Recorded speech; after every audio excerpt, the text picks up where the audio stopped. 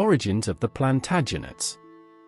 The Plantagenet dynasty, which ruled England from 1154 to 1485, is one of the most influential in English history, leaving a legacy of legal, political, and cultural innovations.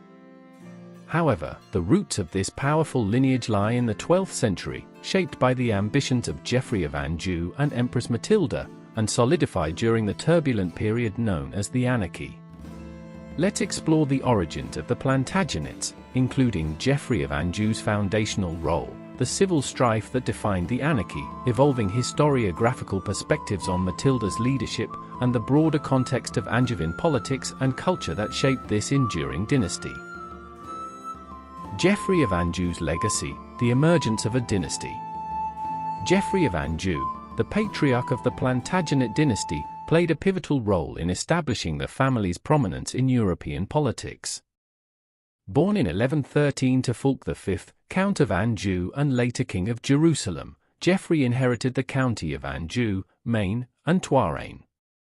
His marriage in 1128 to Empress Matilda, the daughter of King Henry I of England and widow of Holy Roman Emperor Henry V, positioned Geoffrey as a crucial figure in Anglo-Norman succession disputes. A strategic marriage.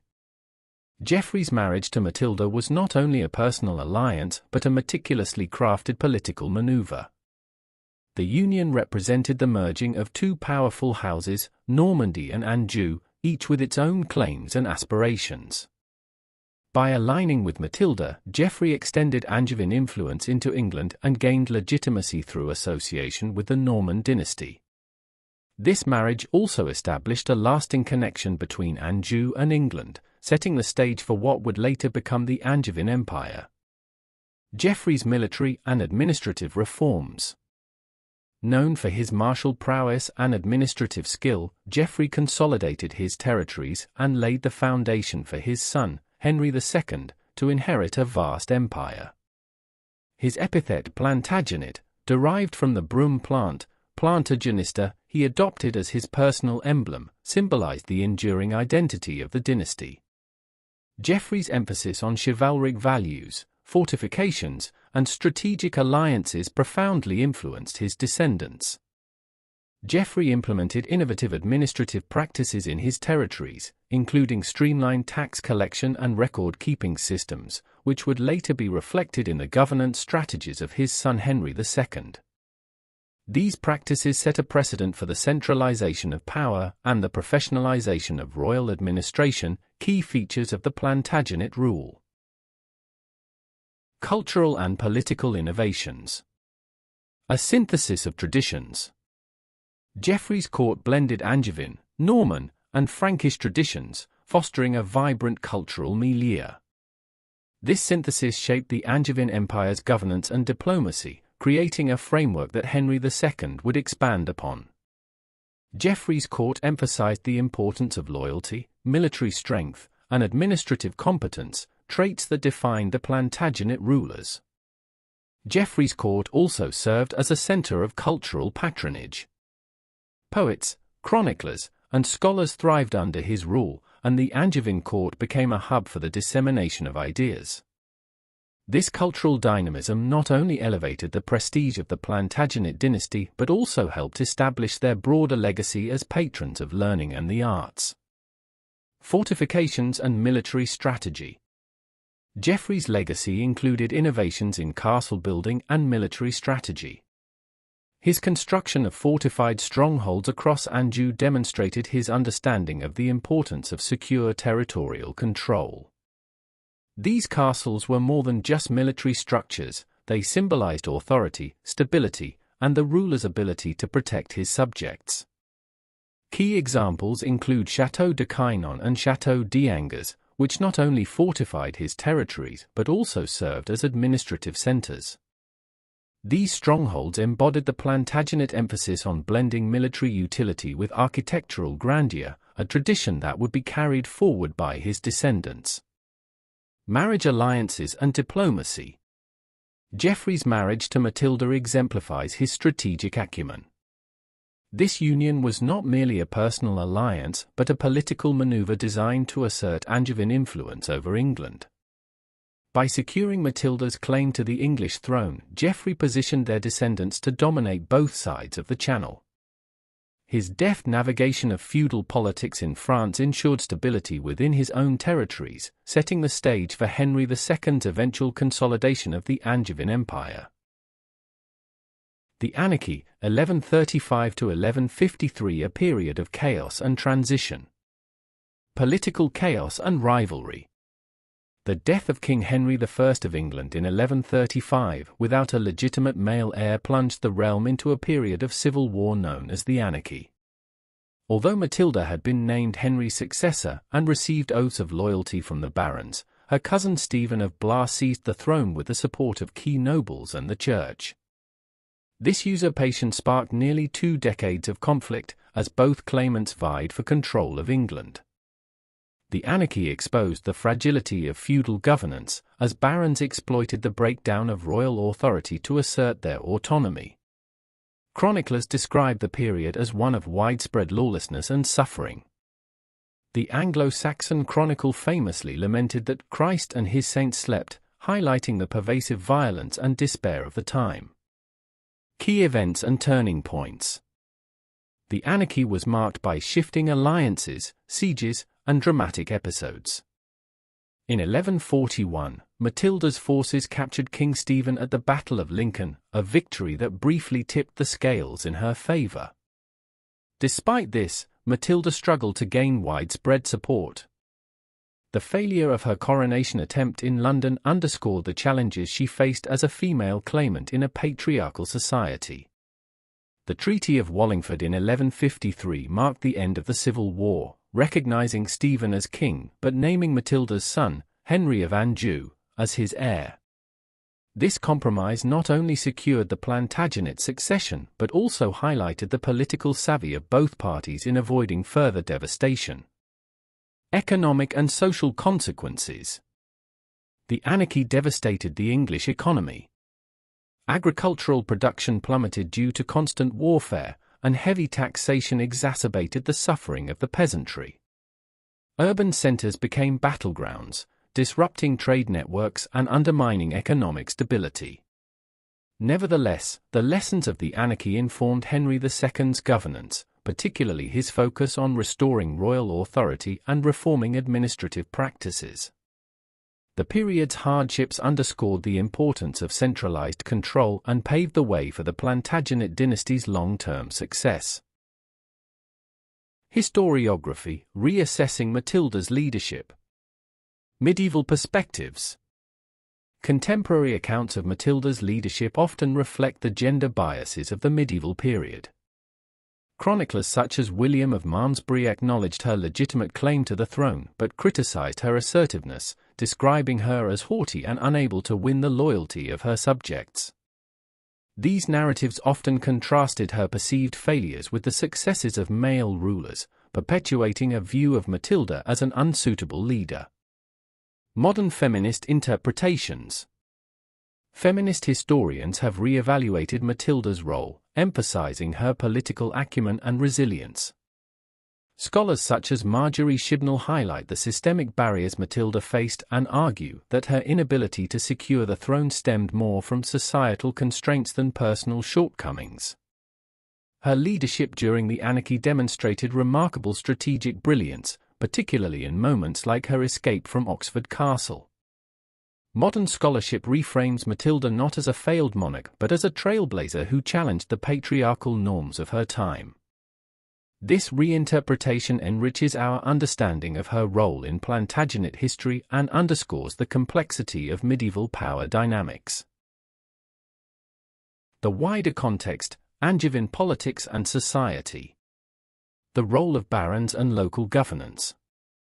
The Anarchy highlighted the importance of baronial cooperation in maintaining political stability. The Treaty of Wallingford exemplified the need for compromise between the monarchy and the nobility, a theme that would define Plantagenet governance. This balance of power laid the groundwork for the development of institutions like Parliament, which emerged as a forum for negotiation and conflict resolution. Cultural and intellectual foundations. The 12th century was a period of cultural and intellectual flourishing.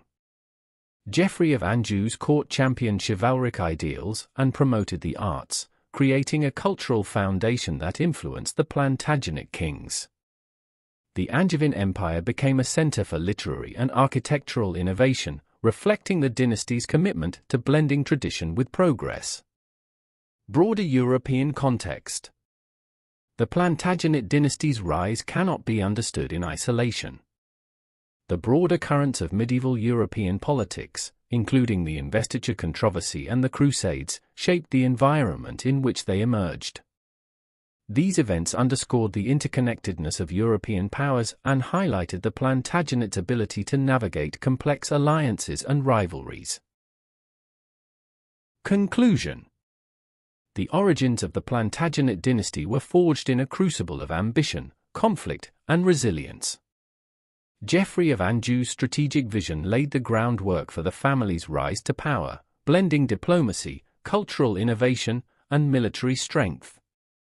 The anarchy, despite its chaos, ultimately set the stage for the consolidation of Plantagenet rule under Henry II.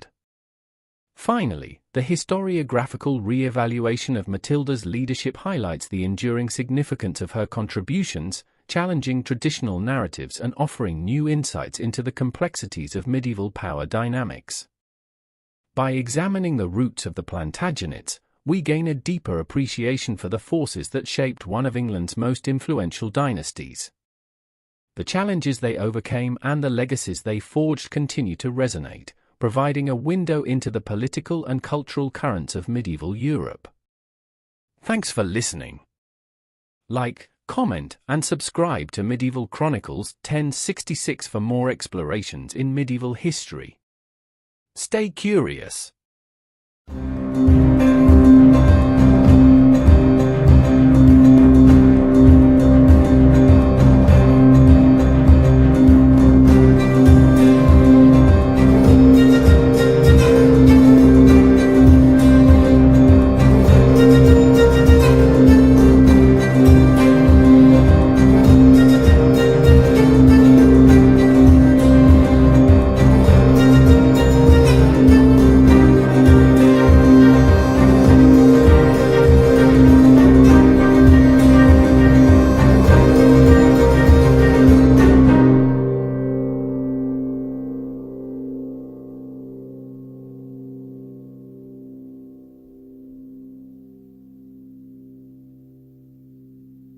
Henry II, architect of Angevin England, the early years. Henry II of England, 1133 to 1189, the first Plantagenet king, was a transformative figure in medieval Europe, whose legacy is deeply rooted in his legal reforms, territorial ambitions, and the enduring complexities of his personal life. To fully understand the man who would shape the Angevin Empire, it is essential to explore his formative years and the distinct qualities of his physical appearance and personality. Henry's early life, set against the backdrop of political turmoil, and his striking character traits, captured vividly by contemporaries, offer profound insights into his rise as a formidable leader and the architect of one of the most expansive domains of the medieval period. Henry II's early years, 1133 to 1149, foundations of a dynasty. Family background: Geoffrey Plantagenet's ambitions and Matilda's resolve. Henry II was born on March 5, 1133, in Le Mans, the product of a union marked by strategic foresight and dynastic ambition. His father, Geoffrey Plantagenet, Count of Anjou, was a resolute leader whose territorial ambitions extended beyond the confines of Anjou, Maine, and Touraine. Geoffrey's calculated marriage to Matilda, daughter of King Henry I of England, sought to unify their claims and expand Plantagenet influence across Western Europe. Despite their often strained relationship, Geoffrey was significantly younger than Matilda. Their shared determination provided the foundation for Henry's eventual ascension. Matilda, known as the Empress due to her earlier marriage to Emperor Henry V of the Holy Roman Empire, was a paragon of resolve. Following her father's death in 1135, her claim to the English throne was contested by her cousin Stephen of Blois, igniting a protracted civil war known as the Anarchy. Matilda's ceaseless efforts to assert her rights were not merely personal but underscored her commitment to securing a stable and enduring dynasty for her progeny. Consequently, Henry's formative years were shaped by the volatile interplay of his parents' ambitions, instilling in him an acute understanding of power dynamics, familial legacy, and the necessity of unwavering leadership in the pursuit of sovereignty. The union between Geoffrey and Matilda was emblematic of the broader geopolitical tensions of 12th century Europe. Geoffrey's ambitions were grounded in consolidating and expanding Angevin influence, which included strategic alliances through marriage and calculated campaigns against regional rivals. Matilda, meanwhile, represented the convergence of imperial and Norman claims, bringing with her a legacy of governance from her time as Empress of the Holy Roman Empire. Their respective ambitions often clashed within their marriage, but their shared vision for their son's future reinforced a singular focus on establishing a dynasty capable of ruling a fragmented England. The Anarchy, Lessons in Crisis and Leadership. The Anarchy, 1135 to 1154, was a period of prolonged civil war and fractured governance that profoundly influenced Henry's development. Following King Stephen's seizure of the throne, England descended into chaos, with allegiances divided between Stephen and Matilda. The instability, characterized by sieges, battles, shifting alliances, and widespread lawlessness, left an indelible mark on the young Henry. Henry's exposure to the conflict began at an early age, accompanying his mother during her campaigns to reclaim her inheritance. These experiences were formative, offering him an intimate understanding of the intricate challenges of medieval warfare, including the logistics of moving armies, the importance of fortifications, and the psychological dimensions of siege warfare. One of the most significant episodes was the Siege of Oxford in 1142, during which Matilda famously escaped under the cover of night, traversing the frozen Thames. Such moments not only highlighted Matilda's ingenuity but also underscored the high stakes of leadership in times of crisis. These lessons would shape Henry's own approach to military and political strategy, particularly his focus on adaptability and decisive action. The pervasive disorder of the Anarchy illuminated the perils of weak centralized authority. Stephen's inability to impose order demonstrated the inherent vulnerabilities of a fragmented realm, a reality that deeply informed Henry's later emphasis on administrative reform and legal standardization. The fluidity of alliances during this period also provided Henry with a pragmatic education in political negotiation. He observed firsthand the importance of balancing coercion and conciliation, lessons that he would later employ to great effect in unifying his realm and asserting control over a fractious nobility. Education, shaping a statesman. Henry's education was comprehensive and meticulously designed to prepare him for the multifaceted demands of kingship. Recognizing the importance of intellectual and practical training, his parents ensured that he was instructed by some of the most distinguished scholars of the period. Henry's curriculum included the study of classical texts by Cicero, Aristotle, and Seneca, providing him with a foundation in rhetoric, ethics, and governance. These writings shaped his intellectual approach to rulership, particularly his commitment to justice and the rule of law. A key component of Henry's education was his exposure to Roman legal principles, which informed his later innovations in English common law. The emphasis on codified systems of justice resonated deeply with Henry, inspiring his efforts to create a more standardized and equitable legal framework for his subjects. His intellectual pursuits also extended to ecclesiastical writings, reflecting his understanding of the intricate relationship between secular and religious authority. In addition to academic training, Henry's education emphasized military strategy and physical endurance. He was trained in the intricacies of fortifications, siege warfare, and battlefield tactics, all essential skills for a medieval ruler. Contemporary accounts frequently highlight Henry's extraordinary stamina and energy, traits cultivated during this rigorous upbringing and critical to his later effectiveness as both a military commander and an itinerant administrator. The physical demands of his education complemented his intellectual development, creating a leader capable of navigating the complexities of medieval governance with remarkable agility. Equally significant were Henry's lessons in diplomacy and interpersonal negotiation. His ability to articulate a vision and rally support was evident even in his youth, earning him the admiration of his followers and the respect of his adversaries. This synthesis of intellectual depth, practical training, and interpersonal acumen prepared Henry to navigate the multifaceted challenges of medieval rulership with unparalleled effectiveness. Early campaigns, the England invasion of 1147. In 1147, at just 14, Henry embarked on his first independent military campaign to assert his family's claim to the English throne. Commanding a modest force of mercenaries, he crossed the Channel to challenge King Stephen. Although the campaign ultimately faltered due to inadequate resources and support, it showcased Henry's emerging strategic acumen and personal courage. This audacious endeavor was a testament to Henry's determination and precocious sense of responsibility. The campaign, despite its logistical challenges, underscored his willingness to take calculated risks in pursuit of his objectives. It also highlighted the importance of resource management and coalition building, lessons that would prove invaluable in his later military and political efforts. Henry's leadership during this period earned him the respect of his followers and cemented his reputation as a rising power in the ongoing conflict.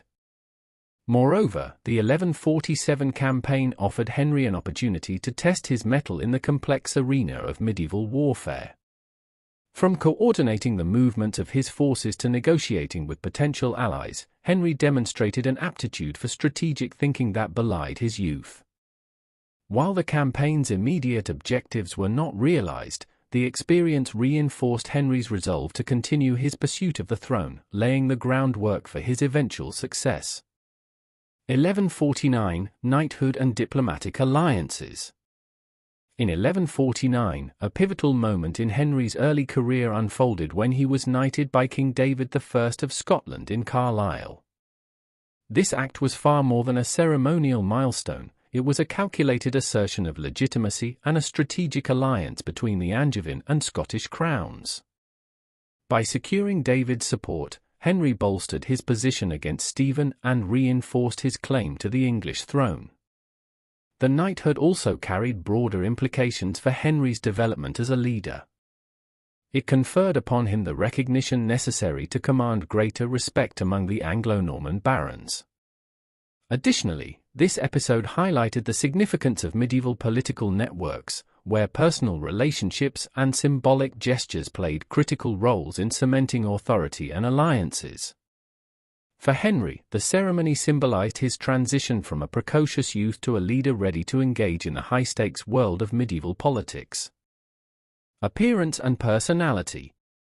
Contemporary descriptions.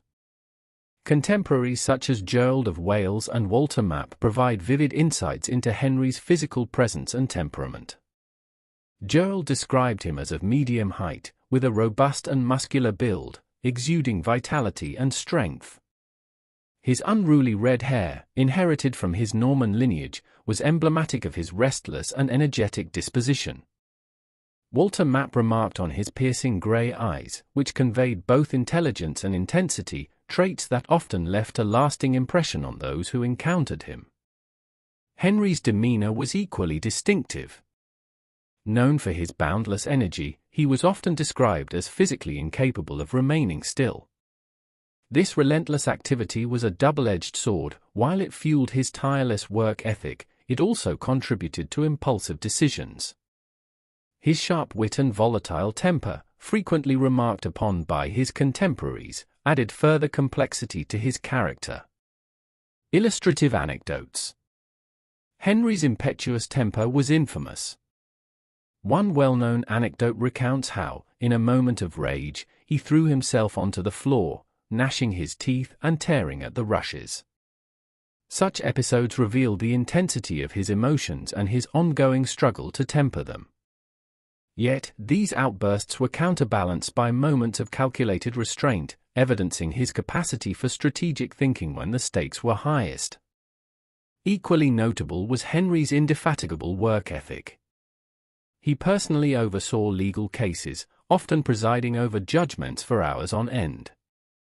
His itinerant court, which traversed his territories, enabled him to maintain direct oversight of governance. This hands-on approach earned him a reputation for diligence and justice, even as it placed considerable strain on his subordinates, who struggled to match his relentless pace. Interpersonal dynamics. Henry's personality significantly shaped his relationships with key figures in his life. His charisma and intellect earned him admiration, yet his fiery temper and relentless demands frequently caused friction. Within his family, his authoritarian tendencies led to deep-seated conflicts with his wife, Eleanor of Aquitaine, and his sons, who resented his efforts to control their futures. His relationship with the church was equally fraught. While his administrative reforms strengthened royal authority, they often brought him into conflict with ecclesiastical leaders, most notably Thomas Becket. Henry's impatience and volatility exacerbated these tensions, culminating in the notorious murder of Becket in 1170. With his barons, Henry balanced respect with suspicion. While his ability to inspire loyalty was undeniable, his centralizing policies alienated certain factions. Nevertheless, his strategic acumen and magnetic leadership enabled him to maintain a precarious equilibrium, consolidating power without igniting widespread rebellion. Public persona versus private struggles. In public, Henry exuded confidence and decisiveness, captivating audiences with his eloquence and commanding presence. His ability to connect with individuals across the social spectrum was a cornerstone of his leadership. However, his public composure often masked private turmoil. His temperamental nature and unrelenting drive strained relationships within his inner circle and contributed to the familial and political discord that characterized his later years. By 1149, Henry had already demonstrated many of the attributes that would define his reign: strategic brilliance, an unwavering commitment to justice, and an unyielding determination to assert his authority. These early experiences not only prepared him to claim the English crown but also forged the foundation of one of medieval Europe's most consequential reigns. Thanks for listening. Like, comment, and subscribe to Medieval Chronicles 1066 for more explorations in medieval history. Stay curious.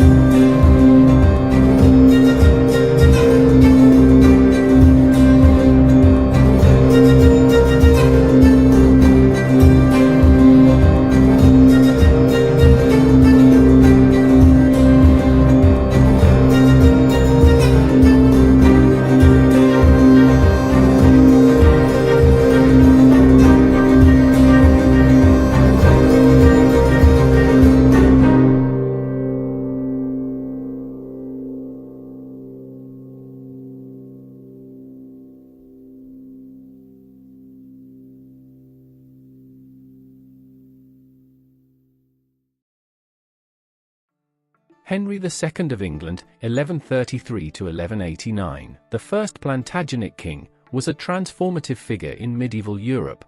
In 1147, at just 14, Henry embarked on his first independent military campaign to assert his family's claim to the English throne. Commanding a modest force of mercenaries, he crossed the Channel to challenge King Stephen. Although the campaign ultimately faltered due to inadequate resources and support, it showcased Henry's emerging strategic acumen and personal courage. This audacious endeavor was a testament to Henry's determination and precocious sense of responsibility. The campaign, despite its logistical challenges, underscored his willingness to take calculated risks in pursuit of his objectives. It also highlighted the importance of resource management and coalition building, lessons that would prove invaluable in his later military and political efforts. Henry's leadership during this period earned him the respect of his followers and cemented his reputation as a rising power in the ongoing conflict. Moreover, the 1147 campaign offered Henry an opportunity to test his mettle in the complex arena of medieval warfare. From coordinating the movement of his forces to negotiating with potential allies, Henry demonstrated an aptitude for strategic thinking that belied his youth. While the campaign's immediate objectives were not realized, the experience reinforced Henry's resolve to continue his pursuit of the throne, laying the groundwork for his eventual success. 1149 – Knighthood and diplomatic alliances. In 1149, a pivotal moment in Henry's early career unfolded when he was knighted by King David I of Scotland in Carlisle. This act was far more than a ceremonial milestone. It was a calculated assertion of legitimacy and a strategic alliance between the Angevin and Scottish crowns. By securing David's support, Henry bolstered his position against Stephen and reinforced his claim to the English throne. The knighthood also carried broader implications for Henry's development as a leader. It conferred upon him the recognition necessary to command greater respect among the Anglo-Norman barons. Additionally, this episode highlighted the significance of medieval political networks, where personal relationships and symbolic gestures played critical roles in cementing authority and alliances. For Henry, the ceremony symbolized his transition from a precocious youth to a leader ready to engage in the high-stakes world of medieval politics. Appearance and personality. Contemporary descriptions. Contemporaries such as Gerald of Wales and Walter Map provide vivid insights into Henry's physical presence and temperament. Gerald described him as of medium height, with a robust and muscular build, exuding vitality and strength. His unruly red hair, inherited from his Norman lineage, was emblematic of his restless and energetic disposition. Walter Map remarked on his piercing grey eyes, which conveyed both intelligence and intensity, traits that often left a lasting impression on those who encountered him. Henry's demeanor was equally distinctive. Known for his boundless energy, he was often described as physically incapable of remaining still. This relentless activity was a double-edged sword. While it fueled his tireless work ethic, it also contributed to impulsive decisions. His sharp wit and volatile temper, frequently remarked upon by his contemporaries, added further complexity to his character. Illustrative anecdotes. Henry's impetuous temper was infamous. One well-known anecdote recounts how, in a moment of rage, he threw himself onto the floor, gnashing his teeth and tearing at the rushes. Such episodes reveal the intensity of his emotions and his ongoing struggle to temper them. Yet, these outbursts were counterbalanced by moments of calculated restraint, evidencing his capacity for strategic thinking when the stakes were highest. Equally notable was Henry's indefatigable work ethic. He personally oversaw legal cases, often presiding over judgments for hours on end. His itinerant court, which traversed his territories, enabled him to maintain direct oversight of governance.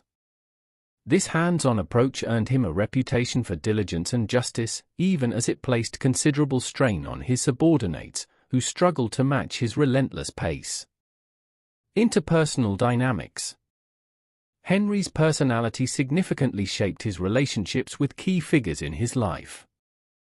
His charisma and intellect earned him admiration, yet his fiery temper and relentless demands frequently caused friction. Within his family, his authoritarian tendencies led to deep-seated conflicts with his wife, Eleanor of Aquitaine, and his sons, who resented his efforts to control their futures. His relationship with the church was equally fraught. While his administrative reforms strengthened royal authority, they often brought him into conflict with ecclesiastical leaders, most notably Thomas Becket. Henry's impatience and volatility exacerbated these tensions, culminating in the notorious murder of Becket in 1170. With his barons, Henry balanced respect with suspicion. While his ability to inspire loyalty was undeniable, his centralizing policies alienated certain factions. Nevertheless, his strategic acumen and magnetic leadership enabled him to maintain a precarious equilibrium, consolidating power without igniting widespread rebellion. Public persona versus private struggles. In public, Henry exuded confidence and decisiveness, captivating audiences with his eloquence and commanding presence. His ability to connect with individuals across the social spectrum was a cornerstone of his leadership. However, his public composure often masked private turmoil. His temperamental nature and unrelenting drive strained relationships within his inner circle and contributed to the familial and political discord that characterized his later years. By 1149, Henry had already demonstrated many of the attributes that would define his reign: strategic brilliance, an unwavering commitment to justice, and an unyielding determination to assert his authority. These early experiences not only prepared him to claim the English crown but also forged the foundation of one of medieval Europe's most consequential reigns. Thanks for listening. Like, comment, and subscribe to Medieval Chronicles 1066 for more explorations in medieval history. Stay curious.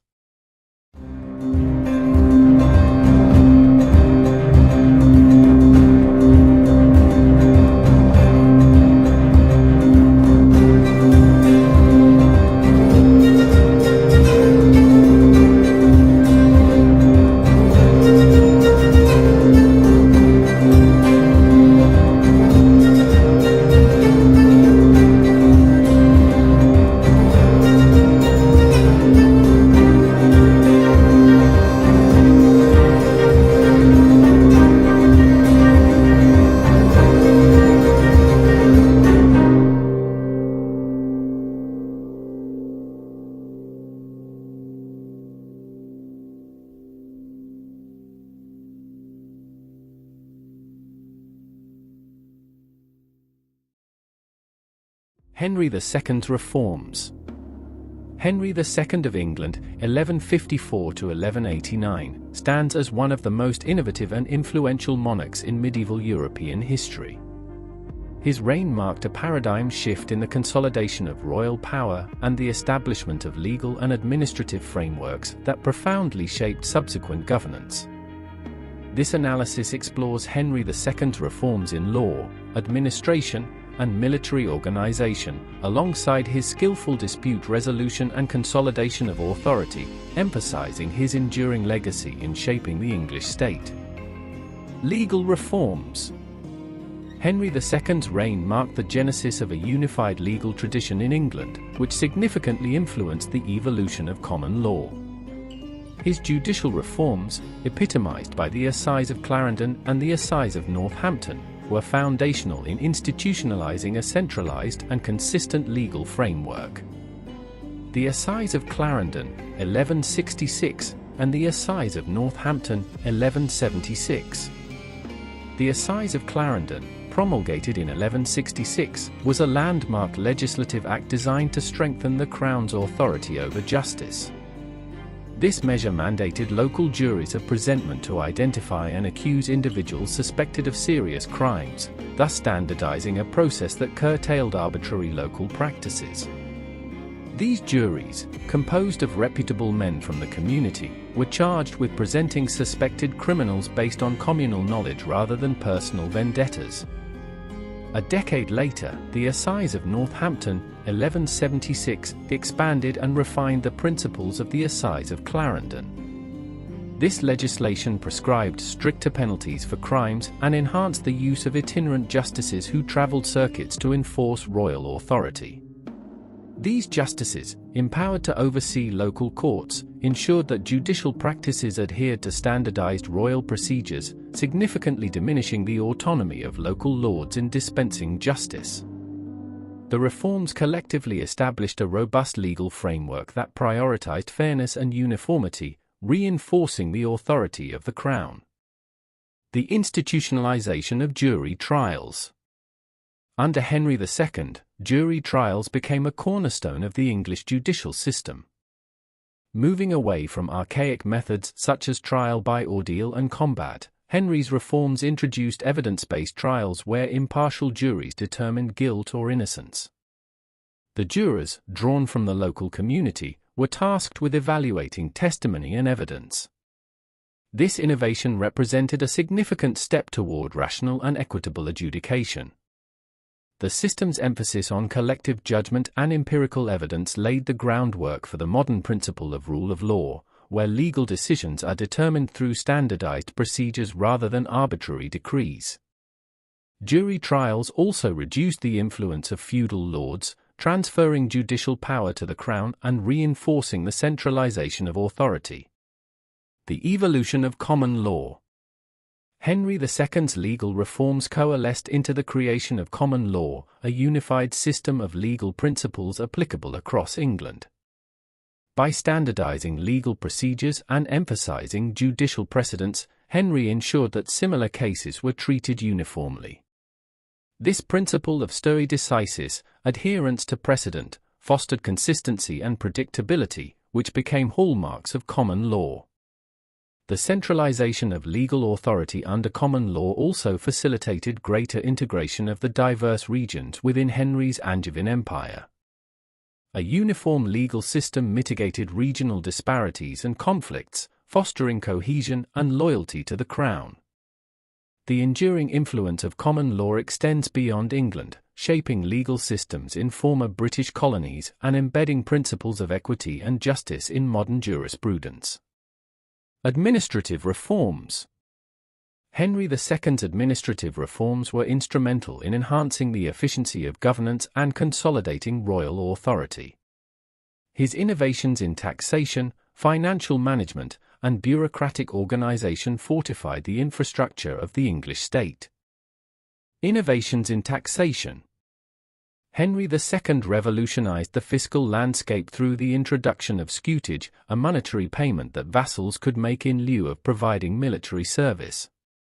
This measure allowed the crown to bypass traditional feudal levies, enabling Henry to finance professional armies directly under royal control. Scutage not only increased the crown's financial autonomy but also signaled the monetization of feudal obligations, a critical step toward modern state building. Henry also implemented comprehensive surveys, such as the Cartae Baronum, to assess landholdings and feudal dues. These records provided the crown with detailed knowledge of baronial wealth and obligations, ensuring more accurate taxation and reducing opportunities for evasion. By strengthening fiscal oversight, Henry diminished the power of feudal intermediaries, centralizing revenue collection and augmenting royal authority. Strengthening financial accountability. The Exchequer, England's central financial institution, underwent significant restructuring under Henry II. Regular audits, conducted through viewing the rolls, enforced accountability among sheriffs and other royal officials tasked with revenue collection. This meticulous oversight reduced corruption and inefficiency, bolstering the crown's financial stability. The professionalization of the Exchequer marked a turning point in state administration. By instituting transparent financial practices and fostering a culture of accountability, Henry II laid the foundation for a bureaucratic apparatus capable of supporting the expanding demands of governance. This system provided the crown with the resources to implement ambitious policies and maintain stability across the Angevin Empire. Centralization of governance. Henry II's administrative reforms extended beyond financial management to the broader organization of governance. He established a centralized bureaucracy staffed by educated clerks and officials loyal to the crown. This professionalization reduced the influence of regional magnates and ensured more consistent implementation of royal policies. The use of royal writs, standardized documents communicating the king's commands, further streamlined governance. These writs eliminated ambiguities in royal directives and facilitated efficient communication between the crown and local administrators. The centralization of administrative authority not only enhanced governance but also reinforced the monarchy's legitimacy as the ultimate arbiter of law and policy. Military organization. Henry II's military reforms were integral to the consolidation of royal authority and the stabilization of his vast territories. By restructuring feudal obligations and investing in professional armies, he reduced reliance on baronial forces and fortified the crown's military capacity. Scutage and professional armies. The introduction of scutage exemplified Henry's pragmatic approach to military organization. By allowing vassals to pay a fee instead of providing knights, Henry generated revenue to hire professional soldiers directly loyal to the crown. This shift diminished the military power of feudal lords and enabled the king to maintain a standing army capable of responding swiftly to threats. Professional armies offered several advantages over traditional feudal levies, including greater reliability and extended service periods. This capability was crucial for defending the extensive Angevin territories, which spanned England, Normandy, Anjou, and Aquitaine. Scutage thus represented a pivotal step toward modernizing military structures and consolidating royal authority.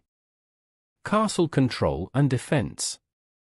Henry II also implemented reforms to fortifications, asserting royal control over the construction and maintenance of castles. By restricting baronial fortification efforts and dismantling unauthorized strongholds, Henry curtailed the potential for rebellion and fortified his own defensive infrastructure. Investments in royal castles symbolized the king's dominance and provided strategic military advantages. These strongholds served as administrative centers and defensive bulwarks, deterring internal dissent and projecting the crown's authority across the realm. Resolving disputes and consolidating authority. Henry II's reign was characterized by his adept resolution of conflicts and his unwavering commitment to consolidating royal authority. His ability to navigate complex political and ecclesiastical disputes underscored his strategic acumen and reinforced the monarchy's supremacy. Thanks for listening. Like, comment, and subscribe to Medieval Chronicles 1066 for more explorations in medieval history. Stay curious.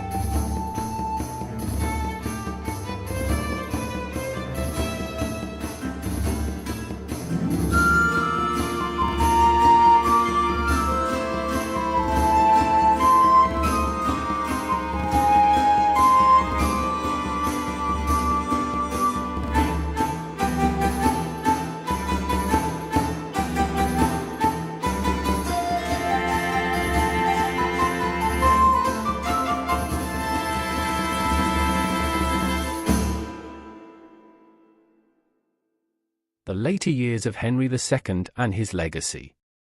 The later years of Henry II of England's reign stand as a profound study in the interplay between personal decline and political disintegration. Characterized by the king's deteriorating health, escalating familial betrayal, and strategic defeats, this period provides a crucial lens for understanding the multifaceted challenges that defined the Angevin dynasty. His death at Chinon in 1189 not only closed the chapter on a reign of extraordinary administrative and military innovation but also heralded a new and turbulent era for his successors. Let's examine the nuanced dynamics of Henry's waning authority, his ultimate defeat by his son Richard and Philip II of France, and the significant ramifications of his death for the medieval European political landscape. The decline of health and the fractured dynasty. By the mid-1180s, the physical vitality that had once defined Henry II's reign was visibly waning. Chronic conditions, likely including advanced arthritis and recurring intestinal ailments, compounded by the unrelenting demands of governance and military campaigning, rendered the king increasingly incapacitated. This physical decline coincided with an intensification of familial discord, as Henry's sons openly pursued their own ambitions at the expense of their father's authority. This convergence of personal and dynastic crises underscored the fragility of the Angevin Empire.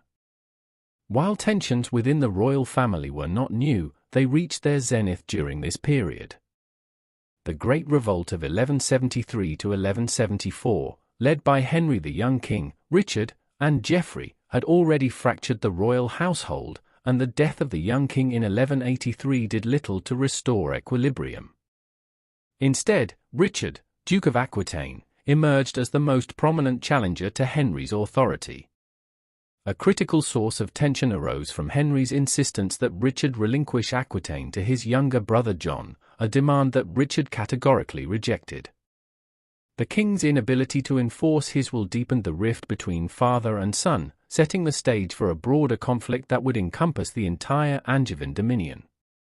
The stakes of these familial betrayals were immense, given the vast territorial span of the Angevin Empire. Extending from England to the Pyrenees, the empire's cohesion relied on the active cooperation of its constituent rulers, especially Henry's sons. However, the brothers were more interested in consolidating their own power than in upholding their father's vision of unity. Geoffrey's death in 1186 removed one rival from the equation but heightened the animosity between Richard and John. Henry's evident favoritism toward John further alienated Richard, driving him into a politically advantageous alliance with Philip II of France. Henry's declining health exacerbated these tensions. Reports from chroniclers emphasize that his physical ailments left him increasingly reliant on his advisors and weakened his capacity for direct leadership. The once formidable ruler who had dominated European politics now appeared vulnerable, a factor that emboldened his adversaries both within and outside his family. His diminishing physical resilience mirrored the unraveling of his political authority, creating a feedback loop in which personal frailty and political instability reinforced one another. The ascendancy of Philip II and the collapse of Henry's power. Philip II of France emerged as a pivotal figure in the final unraveling of Henry II's authority.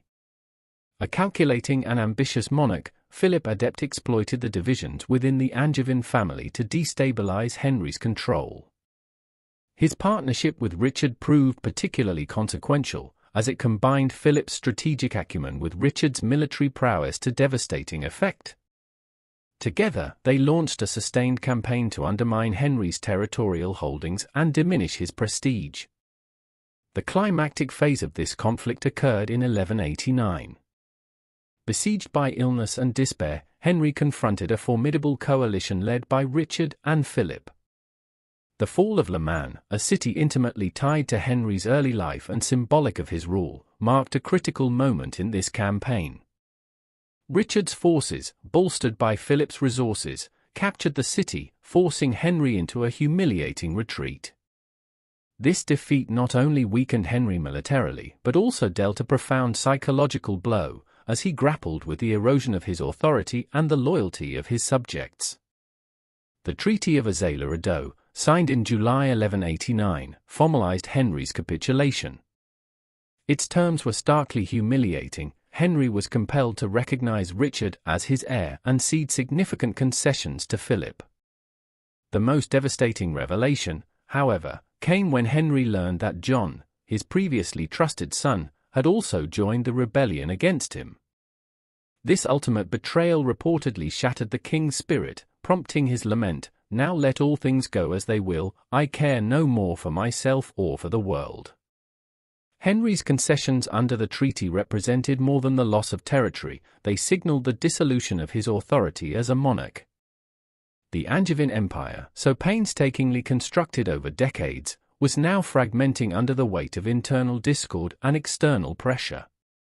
This disintegration underscored the ephemeral nature of medieval empire building, where personal relationships and military might were often the only glue holding vast realms together. Death at Chinon and the aftermath. Following his defeat, Henry withdrew to Chinon, a fortress in Anjou, where his health deteriorated rapidly.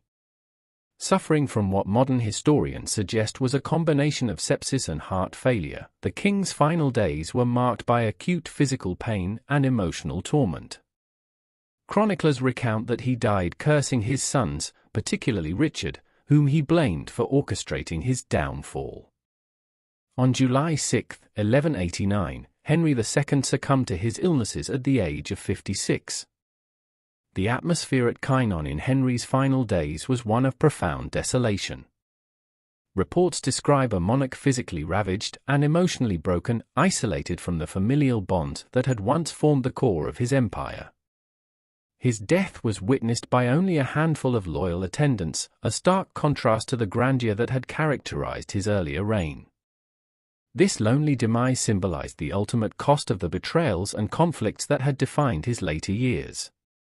Henry's death left a significant void in the political landscape of medieval Europe. Richard I ascended to the throne, but the empire he inherited was deeply fractured. Years of internal strife and external pressures had eroded the cohesion of the Angevin territories, and Richard's reign, while marked by military exploits, did little to restore stability. The Angevin Empire's gradual disintegration accelerated under subsequent rulers, culminating in the eventual loss of many continental holdings. Henry's death also shifted the balance of power in favor of Philip II. By systematically weakening the Angevin dynasty, Philip positioned France to pursue greater centralization and territorial expansion.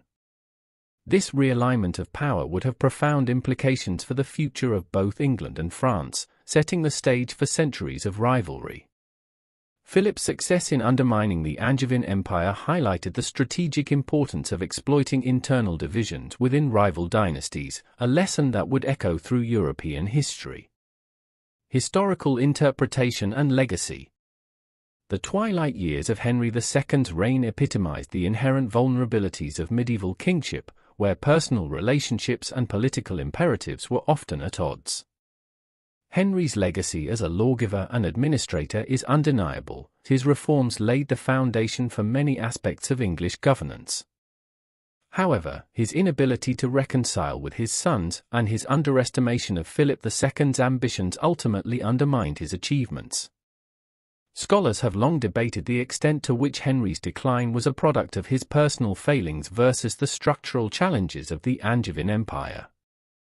Some argue that the empire's sheer size and diversity rendered it inherently unstable, while others contend that Henry's favoritism and failure to establish clear lines of succession exacerbated existing tensions. Regardless of the precise causes, Henry's downfall illustrates the precarious nature of power in a world governed by shifting alliances and familial rivalries. In sum, the later years of Henry II's reign and his eventual death at Chinon stand as a poignant reminder of the complexities of medieval rule. His reign, though marked by extraordinary accomplishments, underscores the limits of authority and the enduring costs of political ambition in a volatile and unforgiving era. The trajectory of his later years, from his declining health and familial betrayals to his ultimate defeat, continues to resonate as a testament to the fragility of even the most formidable empires and the profound interplay between personal and political vulnerabilities. Henry II's legacy, influence, legal reforms, and historiographical interpretations. Henry II of England, the inaugural Plantagenet king, ruled from 1154 to 1189, ushering in a period of profound transformation in English governance and law. His reign established enduring patterns of kingship that shaped the monarchy for generations. Renowned for his legal innovations, centralization of authority, and formidable political acumen, Henry II's legacy remains a subject of intense scholarly scrutiny. Let us examine in more depth his influence on subsequent English monarchs, the far-reaching implications of his legal reforms, and historiographical interpretations of his reign, emphasizing the interplay between his substantial achievements and personal shortcomings. In analyzing his legacy, one must appreciate both the durability of his institutional changes and the challenges posed by his personal and political relationships, which collectively reveal the complexity of his kingship. Influence on subsequent English kings. Henry II's sons, Richard I and John, inherited not only the vast Angevin Empire but also the complex challenges and institutional frameworks he created. Their divergent reigns illuminate the strengths and limitations of Henry's political and administrative legacy, offering lessons in the precarious balance between centralized authority and the need for political flexibility. Richard I, warrior king and custodian of empire. Richard I, celebrated as the Lion Heart, exemplified the martial and administrative legacies of his father. Henry's efforts to consolidate the Angevin Empire laid the groundwork for Richard's ambitious military campaigns, particularly the Third Crusade. Henry's establishment of a robust administrative system, including a centralized treasury and an itinerant judiciary, ensured the empire's stability during Richard's prolonged absences. Indeed, Henry's financial systems funded the immense costs of Richard's crusading efforts, highlighting the enduring utility of his fiscal policies. Nonetheless, Richard's reliance on Henry's administrative structures exposed their limitations. His prioritization of military exploits, financed through heavy taxation, strained relations with his subjects and destabilized the empire's internal cohesion. This tension underscores the precarious balance between central authority and local governance that Henry had skillfully managed. While Richard's military successes elevated the prestige of the English crown, his inattention to domestic governance revealed the inherent vulnerability of Henry's imperial model when leadership prioritized external ventures over internal stability. John, the struggle to uphold a legacy. John's reign revealed the fragility of Henry's achievements when entrusted to a less adept monarch. While Henry had centralized royal authority, this often came at the expense of alienating key stakeholders such as the barons and clergy. John's autocratic tendencies and fiscal demands intensified these tensions, culminating in the baronial revolt and the issuance of Magna Carta in 1215. This pivotal document, while often viewed as a repudiation of royal overreach, relied heavily on the procedural and administrative systems Henry had established. The geopolitical vulnerabilities of the Angevin Empire, which Henry had maintained through personal dynamism and administrative innovations, became apparent under John. The loss of Normandy in 1204 exemplifies the structural weaknesses of an empire reliant on a strong central figure. Yet, John's dependence on Henry's legal and financial reforms highlights their enduring significance, even amidst political upheaval.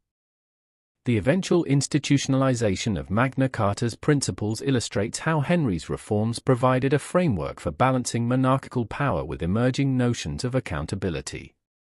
Legal reforms and their impact on governance. Henry II's legal reforms represent one of his most enduring contributions, fundamentally transforming the administration of justice in England and influencing broader European legal traditions. These reforms laid the foundation for English common law and redefined the relationship between the monarchy and its subjects. Their longevity attests to their foundational role in shaping the English legal tradition and their adaptability to evolving political contexts. Centralization of justice. Driven by the need to consolidate royal authority, Henry implemented sweeping changes to standardize the judicial process.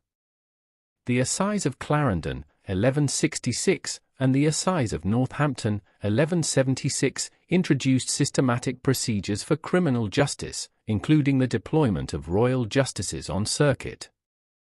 These measures curtailed the power of feudal courts and extended the Crown's influence over legal adjudication.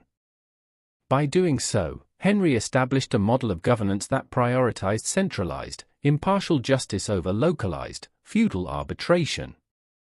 A pivotal innovation was the introduction of the jury system, initially as a mechanism for presenting accusations.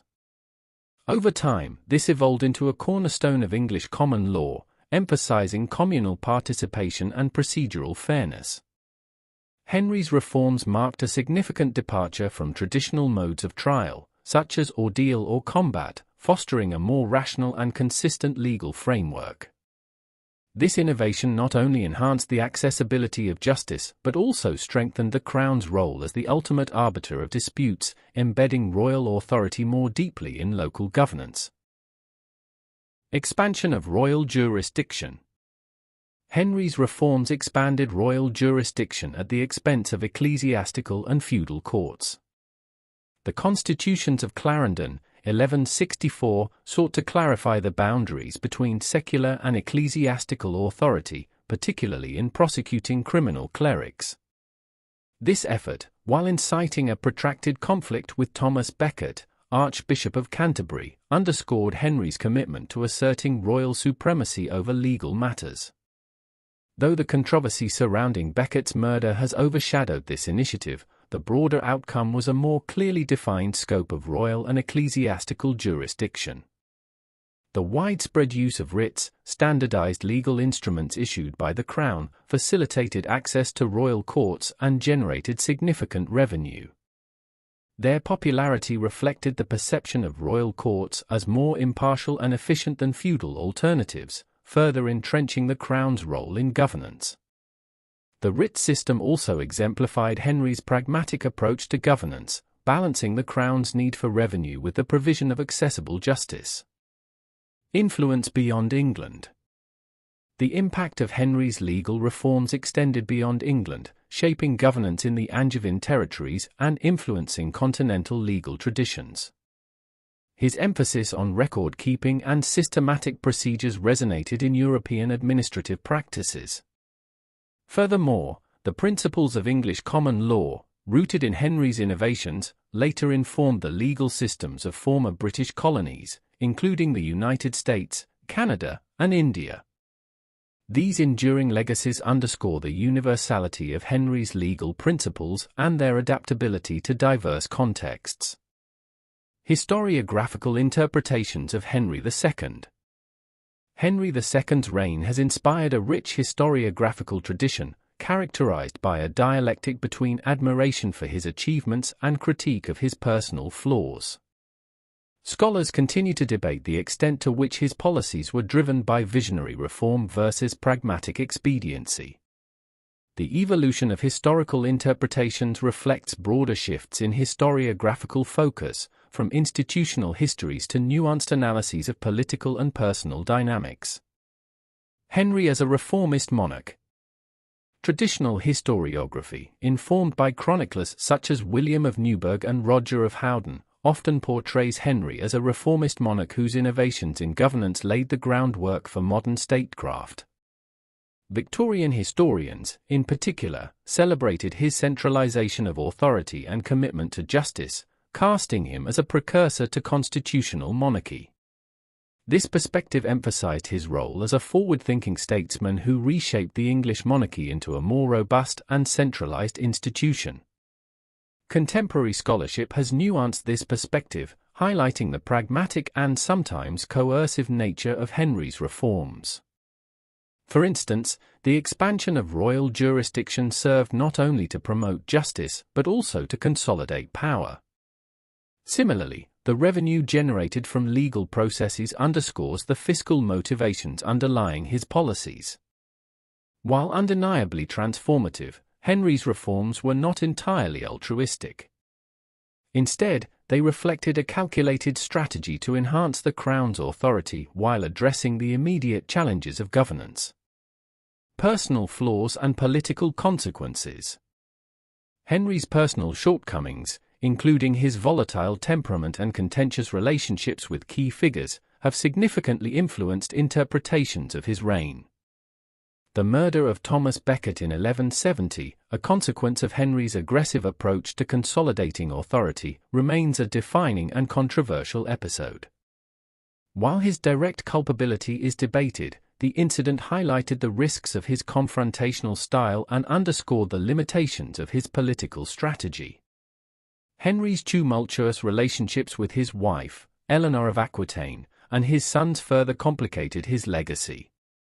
the revolt of 1173–74, in which his sons allied with Eleanor and foreign powers against him, exposed the vulnerabilities of his empire and underscored the personal dimension of his political challenges. This familial discord, while destabilizing, also reflected the inherent difficulties of maintaining cohesion within a dynastic empire as vast and diverse as the Angevin realm. The duality of Henry's legacy. Historians have grappled with the duality of Henry's legacy, a ruler whose achievements in governance and law were offset by his failures to maintain familial and political harmony. W. L. Warren's biography, Henry II, 1973, epitomizes this balanced approach, acknowledging both his administrative brilliance and his personal destructiveness. Subsequent scholarship has built on this foundation, exploring the interplay of innovation and conflict in his reign. By situating Henry's achievements within the broader context of medieval kingship, modern historians have deepened our understanding of the enduring impact of his rule. Recent studies have delved into the cultural and symbolic dimensions of Henry's kingship, examining his patronage of literature, use of royal imagery, and engagement with intellectual currents.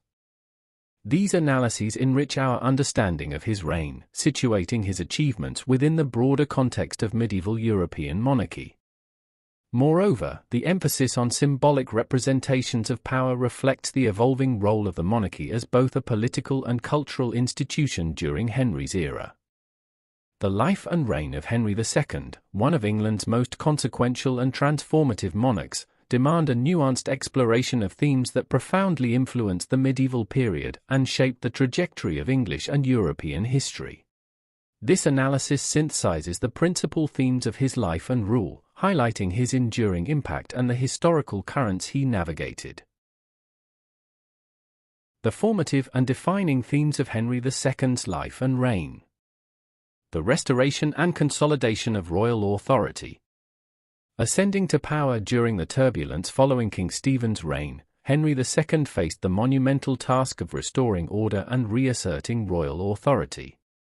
His efforts to stabilize a fractured polity redefined the monarchy's role, emphasizing centralized governance and the crown's supremacy.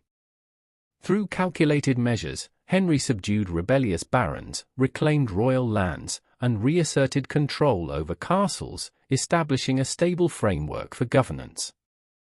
This restoration of authority not only brought cohesion to a fragmented realm but also set a precedent for the monarchy's ability to command loyalty and enforce law across diverse and far-reaching territories. The development of legal reforms. Henry II's reign marked a watershed moment in the evolution of the English legal system. By institutionalizing reforms through measures such as the Assizes of Clarendon, 1166, and Northampton, 1176, Henry laid the groundwork for what would become the common law tradition. These reforms standardized judicial procedures, expanded the reach of royal justice, and established enduring principles such as the use of juries and reliance on written records. By promoting uniformity and accessibility, Henry's legal innovations not only reinforced royal authority but also established mechanisms of accountability that continue to underpin legal systems globally. Conflict with the Church. The clash between Henry II and the Church, exemplified by his protracted conflict with Archbishop Thomas Becket, epitomizes the enduring struggle between secular and ecclesiastical power in medieval Europe. The Constitutions of Clarendon, 1164, symbolized Henry's attempt to curtail the Church's autonomy and assert royal jurisdiction over clerics. This confrontation culminated in Becket's martyrdom in 1170, a pivotal event that reshaped perceptions of the monarchy's relationship with spiritual authority. The broader implications of this conflict extended far beyond Henry's reign, influencing church-state relations and debates on governance throughout medieval Christendom. The Angevin Empire, a political and geopolitical achievement. Henry II's creation and administration of the Angevin Empire stand as a testament to his political acumen and strategic vision. Spanning territories from the Scottish border to the Pyrenees, the empire's unprecedented expanse posed unique challenges of governance. Henry's ability to navigate diverse legal traditions, cultures, and local power structures was unparalleled, though the empire's inherent instability made it difficult to sustain. The Angevin Empire's eventual fragmentation highlighted the limits of medieval kingship and territorial governance. Nonetheless, its legacy endures as a model of transnational administration and as a precursor to later imperial frameworks. Familial discord and dynastic challenges. Henry's personal life was defined by profound familial discord that mirrored the complexities of dynastic politics in the medieval period. His marriage to Eleanor of Aquitaine, a union of political and cultural significance, proved both a source of strength and division. The rebellion of his sons, Henry the Young King, Richard, Geoffrey, and John, against their father underscored the fragility of dynastic unity. These internal conflicts not only complicated Henry's efforts to consolidate power but also revealed the intricate balance between personal loyalty and institutional stability within medieval polities. Despite these challenges, Henry's endeavors secured the continuation of his lineage, though the transitions were often fraught with turmoil. Economic and administrative innovations. Henry II's reign was marked by significant advancements in economic management and administrative efficiency. By refining tax collection systems, standardizing coinage, and developing financial institutions such as the Exchequer, Henry strengthened the economic foundation of his realm. These innovations enabled the effective governance of a sprawling empire and established enduring standards for fiscal accountability and resource management. Such developments reflected Henry's commitment to modernizing the administrative machinery of medieval governance, setting a template for subsequent monarchs. The enduring impact of Henry II's governance. The legacy of Henry II extends far beyond the temporal boundaries of his reign, influencing legal, political, and cultural developments across Europe. His legal reforms laid the cornerstone for the common law tradition, which would serve as a foundational principle for constitutional governance. The emphasis on centralized authority and administrative competence during his reign provided a model for effective statecraft, inspiring future monarchs to adopt similar approaches. The Angevin Empire, despite its eventual dissolution, offered valuable insights into the possibilities and limitations of managing extensive and diverse territories. It prefigured later European empires and highlighted the importance of balancing local autonomy with centralized control. The cultural and political networks fostered by the Angevin realm enriched European civilization and underscored the interconnectedness of medieval polities. Henry's contentious relationship with the Church raised enduring questions about the balance of power between secular and spiritual authorities. The debates ignited during his reign resonated throughout the Middle Ages, shaping the discourse on governance and ecclesiastical influence in European history. Furthermore, Henry II's reign serves as a case study in the complexities of medieval kingship. His successes and failures illuminate the dynamic interplay between personal leadership, institutional frameworks, and the broader socio-political context. As both a reformer and a ruler, Henry grappled with the constraints of his time while leaving a legacy that continues to inform our understanding of power and governance. Henry II's enduring legacy. The reign of Henry II represents a transformative epoch in English and European history. His achievements in restoring royal authority, pioneering legal reforms, and establishing the Angevin Empire reflect his vision and capability as a ruler. Simultaneously, his struggles, whether with the Church, his family, or the inherent challenges of governing a vast and heterogeneous domain, underscore the inherent tensions of medieval kingship. The themes of his reign, the pursuit of justice, the consolidation of authority, the intricacies of familial and dynastic politics, and the aspiration to create a lasting legacy, resonate through centuries. Henry II's life offers profound insights into the exercise of power, the fragility of political constructs, and the enduring impact of innovative governance. As a monarch who redefined his world, Henry's legacy continues to inspire and challenge interpretations of medieval kingship and its far-reaching implications for the development of statecraft and law. Thanks for listening. Like, comment, and subscribe to Medieval Chronicles 1066 for more journeys back to the Middle Ages. Stay curious.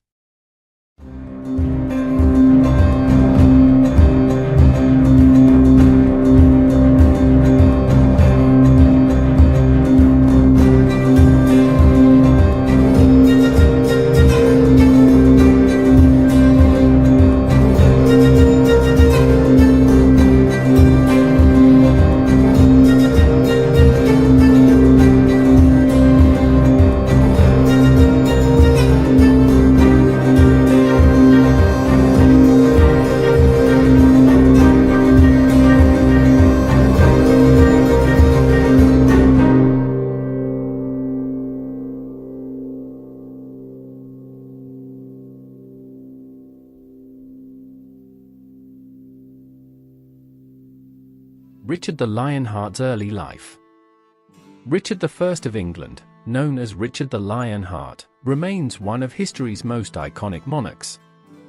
Born on September 8, 1157, in Oxford, he was the third son of King Henry II and Eleanor of Aquitaine. Ascending the throne in 1189, his reign of just 10 years left an indelible mark on both his kingdom and the wider European stage. While his tenure as king was short, Richard's influence as a military leader, cultural figure, and symbol of knightly virtues has transcended centuries, continuing to captivate scholars and enthusiasts of medieval history. Let's examine his early life. Richard's mother, Eleanor of Aquitaine, was a pivotal influence in shaping his character and outlook. Renowned for her intelligence, political acumen, and cultural sophistication, Eleanor was among the most powerful figures of her time. As the Duchess of Aquitaine and Queen Consort of both France and England, she brought immense authority and prestige to her role as Richard's parent. Her court in Aquitaine was a vibrant hub of artistic and intellectual life, characterized by the flourishing of troubadour culture, poetry, and philosophical inquiry. This dynamic environment profoundly influenced Richard's formative years, instilling in him a deep appreciation for both the arts and the ideals of knighthood. Eleanor's guidance extended beyond her role as a mother. She served as a model of political savvy and strategic foresight, demonstrating the skills necessary to navigate the turbulent landscape of medieval European power struggles.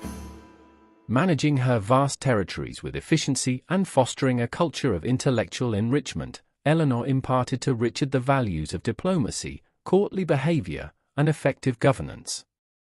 Her ability to maintain authority amidst familial conflicts and shifting political alliances provided him with critical lessons in leadership and resilience.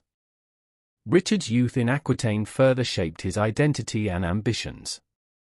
Immersed in the region's rich cultural traditions, he was exposed to the ideals of chivalry, valor, and loyalty that defined the troubadour ethos. The celebration of themes such as romantic love and knightly honor left a lasting impression on Richard, who would later compose his own poetry and songs. These creative pursuits were not merely personal indulgences, but reflections of the cultural milieu that he championed, solidifying his reputation as a sophisticated and charismatic leader. Aquitaine also fostered Richard's development as a French-speaking nobleman. This bilingual proficiency and cultural integration were critical assets, enabling him to navigate the complexities of ruling over territories in both England and France. His ability to engage effectively with diverse subjects and allies was a hallmark of his leadership, bridging cultural divides and strengthening his position as a monarch in a fragmented medieval world. This dual identity enriched Richard's rule, blending the influences of his English heritage and continental upbringing. Richard's deep connection to Aquitaine was evident in his loyalty to its people and traditions. As a young duke, he demonstrated a steadfast commitment to defending his ancestral lands against external threats and internal dissent. These formative experiences honed his military skills and leadership abilities, preparing him for the demands of kingship. His actions in Aquitaine reflected a profound sense of responsibility to preserve the legacy of his lineage and uphold the values of his homeland. Richard's reputation as a military leader was established early through his efforts to secure his family's territories. Facing rebellions and rival factions, he displayed remarkable strategic acumen and determination. These early conflicts provided him with invaluable experience in warfare and diplomacy, laying the foundation for his later achievements on the broader stage of European politics. By the time he ascended to the throne, Richard was already celebrated as a formidable commander, capable of navigating the intricate dynamics of feudal allegiances and territorial ambitions. The cultural and political environment that shaped Richard's early life continued to influence his reign as king. His commitment to the ideals of chivalry and cultural patronage became defining features of his leadership. While his reign was often consumed by military campaigns, particularly the Third Crusade, Richard remained deeply connected to the values instilled during his youth. His ability to inspire loyalty among his followers and to embody the virtues of a knightly ruler cemented his legacy as one of medieval Europe's most celebrated figures. In conclusion, Richard the Lionheart's life and reign were shaped by the profound influence of his mother, Eleanor of Aquitaine, and the cultural richness of his upbringing in Aquitaine. His exposure to the ideals of chivalry, loyalty, and cultural sophistication forged a leader whose legacy endures as a symbol of knightly valor and medieval kingship. Despite the challenges and conflicts that marked his reign, Richard's ability to lead, inspire, and uphold the values of his era ensures his place in history. His story offers a compelling exploration of the interplay between cultural heritage, personal ambition, and the demands of leadership in one of Europe's most dynamic periods. Today, Richard remains a testament to the enduring allure of courage, honor, and the pursuit of greatness. Thanks for listening. Like, comment, and subscribe to Medieval Chronicles 1066 for more journeys back to the Middle Ages. Stay curious.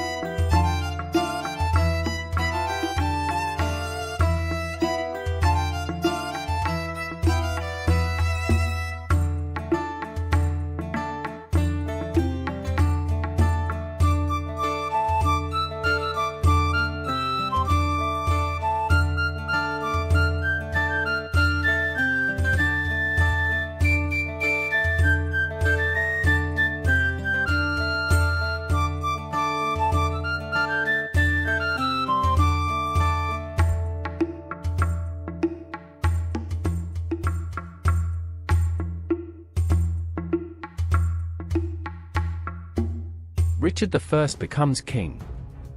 What do you know about Richard's accession to the English throne in 1189? How was it marked by the culmination of years of familial conflict and political upheaval? His father, Henry II, had spent much of his reign managing rebellions from his sons, including Richard, whose aspirations for control over Aquitaine frequently brought him into direct opposition with his father. These conflicts were deeply rooted in both personal family dynamics and the broader territorial ambitions that defined the period.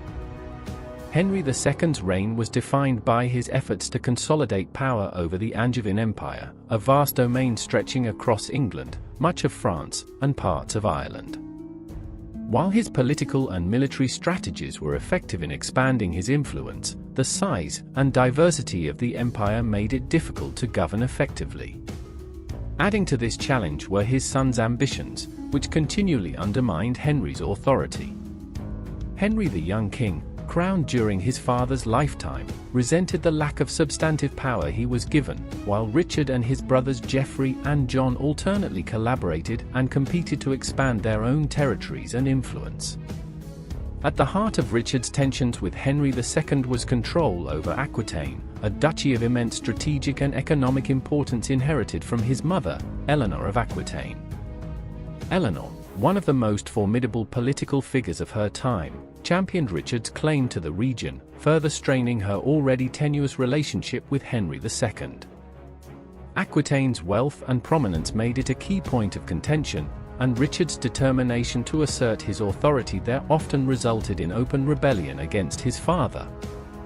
These disputes were emblematic of the broader challenge of managing the loyalties and resources of such a sprawling empire.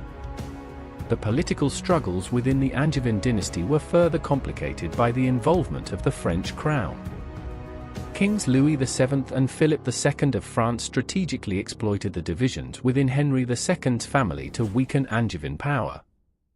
Richard's alliance with Philip II was particularly significant, as it provided him with military and diplomatic support against Henry II. These alliances were not merely tactical but also reflective of the intertwined nature of European politics during the era, where family conflicts often had international implications. Eleanor of Aquitaine's role in these events cannot be overstated. As both Richard's mother and a skilled political operator, she was instrumental in shaping the course of his career. Her imprisonment by Henry II, intended to neutralize her influence, instead became a symbol of the deep fractures within the Angevin family. Upon Henry's death, Richard's release of Eleanor underscored her centrality to his reign. She would go on to play a vital role in his court, working to stabilize the realm and counterbalance the ambitions of figures like John. Henry II's death in 1189, brought on by illness and the cumulative stress of decades of familial discord, cleared the way for Richard's accession. While this transition represented an opportunity for renewal, it also carried forward the unresolved tensions and power struggles that had defined his father's reign. The events leading to Henry's death were emblematic of the deep divisions within the Angevin dynasty. Betrayed by his sons, including Richard, and forced to cede significant territory to his rival Philip II of France, Henry died feeling abandoned and defeated. Richard's rise to power was not merely the result of inheritance, it was a calculated series of maneuvers that underscored his political acumen, military prowess, and determination to assert his authority. Richard's ascension was met with both relief and skepticism. Among the English nobility and commoners, there was hope that the new king would bring stability to the realm after years of internal strife. However, Richard's immediate focus on his crusading ambitions, rather than domestic governance, signaled continuity in the challenges faced by the Angevin Empire. His ability to secure the throne rested not only on his claim as Henry's eldest surviving son, but also on his strategic alliances and the loyalty of key supporters. Richard had previously aligned himself with Philip II, exploiting their shared interest in undermining Henry II's power. This alliance, though temporary, allowed Richard to strengthen his position and emerge as the uncontested heir upon his father's death. The transition of power also highlighted the critical role of Eleanor of Aquitaine, who worked tirelessly to consolidate support for Richard. Her release from imprisonment by Henry shortly before his death enabled her to rally key factions within the Angevin Empire and counter the ambitions of Richard's younger brother John. Eleanor's influence extended beyond England, as she leveraged her extensive network of alliances in Aquitaine and other regions to secure Richard's position as king. Her role in the early days of Richard's reign exemplifies her enduring political acumen and her commitment to the stability of the Angevin dynasty. Despite the challenges of the succession, Richard moved quickly to establish his authority. He organized a grand coronation ceremony, emphasizing his legitimacy and divine right to rule. The coronation was marked by a display of wealth and power designed to unify his subjects and affirm his status as a strong and capable monarch. However, Richard's immediate departure for the Holy Land to lead the Third Crusade left the kingdom vulnerable to internal discord and external threats. This decision underscored the dual nature of his reign, one defined by both extraordinary military ambition and the persistent fragility of his domestic realm. As king, Richard's focus shifted to the Third Crusade, where he sought to solidify his reputation as a military leader and secure Christian control over key territories in the Holy Land. His campaigns in the region, particularly his role in the capture of Acre and his strategic negotiations with Saladin, cemented his status as one of the most celebrated warrior kings of the medieval period. Richard's leadership at Acre showcased his tactical acumen and ability to rally forces from diverse European factions, ensuring a significant victory for the Crusaders. Following the fall of Acre, Richard's determination to march toward Jerusalem, despite logistical challenges and dissension among his allies, highlighted his resolve and vision as a leader. Richard's interactions with Saladin, the formidable Muslim leader, added a layer of complexity to the crusade. The two leaders, while adversaries on the battlefield, engaged in a series of diplomatic exchanges that reflected mutual respect and strategic pragmatism. These negotiations, which included discussions on a potential marriage alliance between Richard's sister Joan and Saladin's brother, revealed Richard's willingness to explore unconventional solutions to achieve stability in the region. Although Jerusalem remained outside Crusader control, Richard's efforts resulted in the Treaty of Jaffa, which secured safe passage for Christian pilgrims and established a fragile truce between the warring factions. However, Richard's near-constant absence from England during the Crusade created a significant power vacuum. In his absence, his younger brother John and Chancellor William Longchamp vied for control, each seeking to consolidate their influence within the kingdom. Longchamp's unpopularity and authoritarian governance alienated the nobility, while John's opportunistic maneuvers threatened the stability of the Angevin Empire.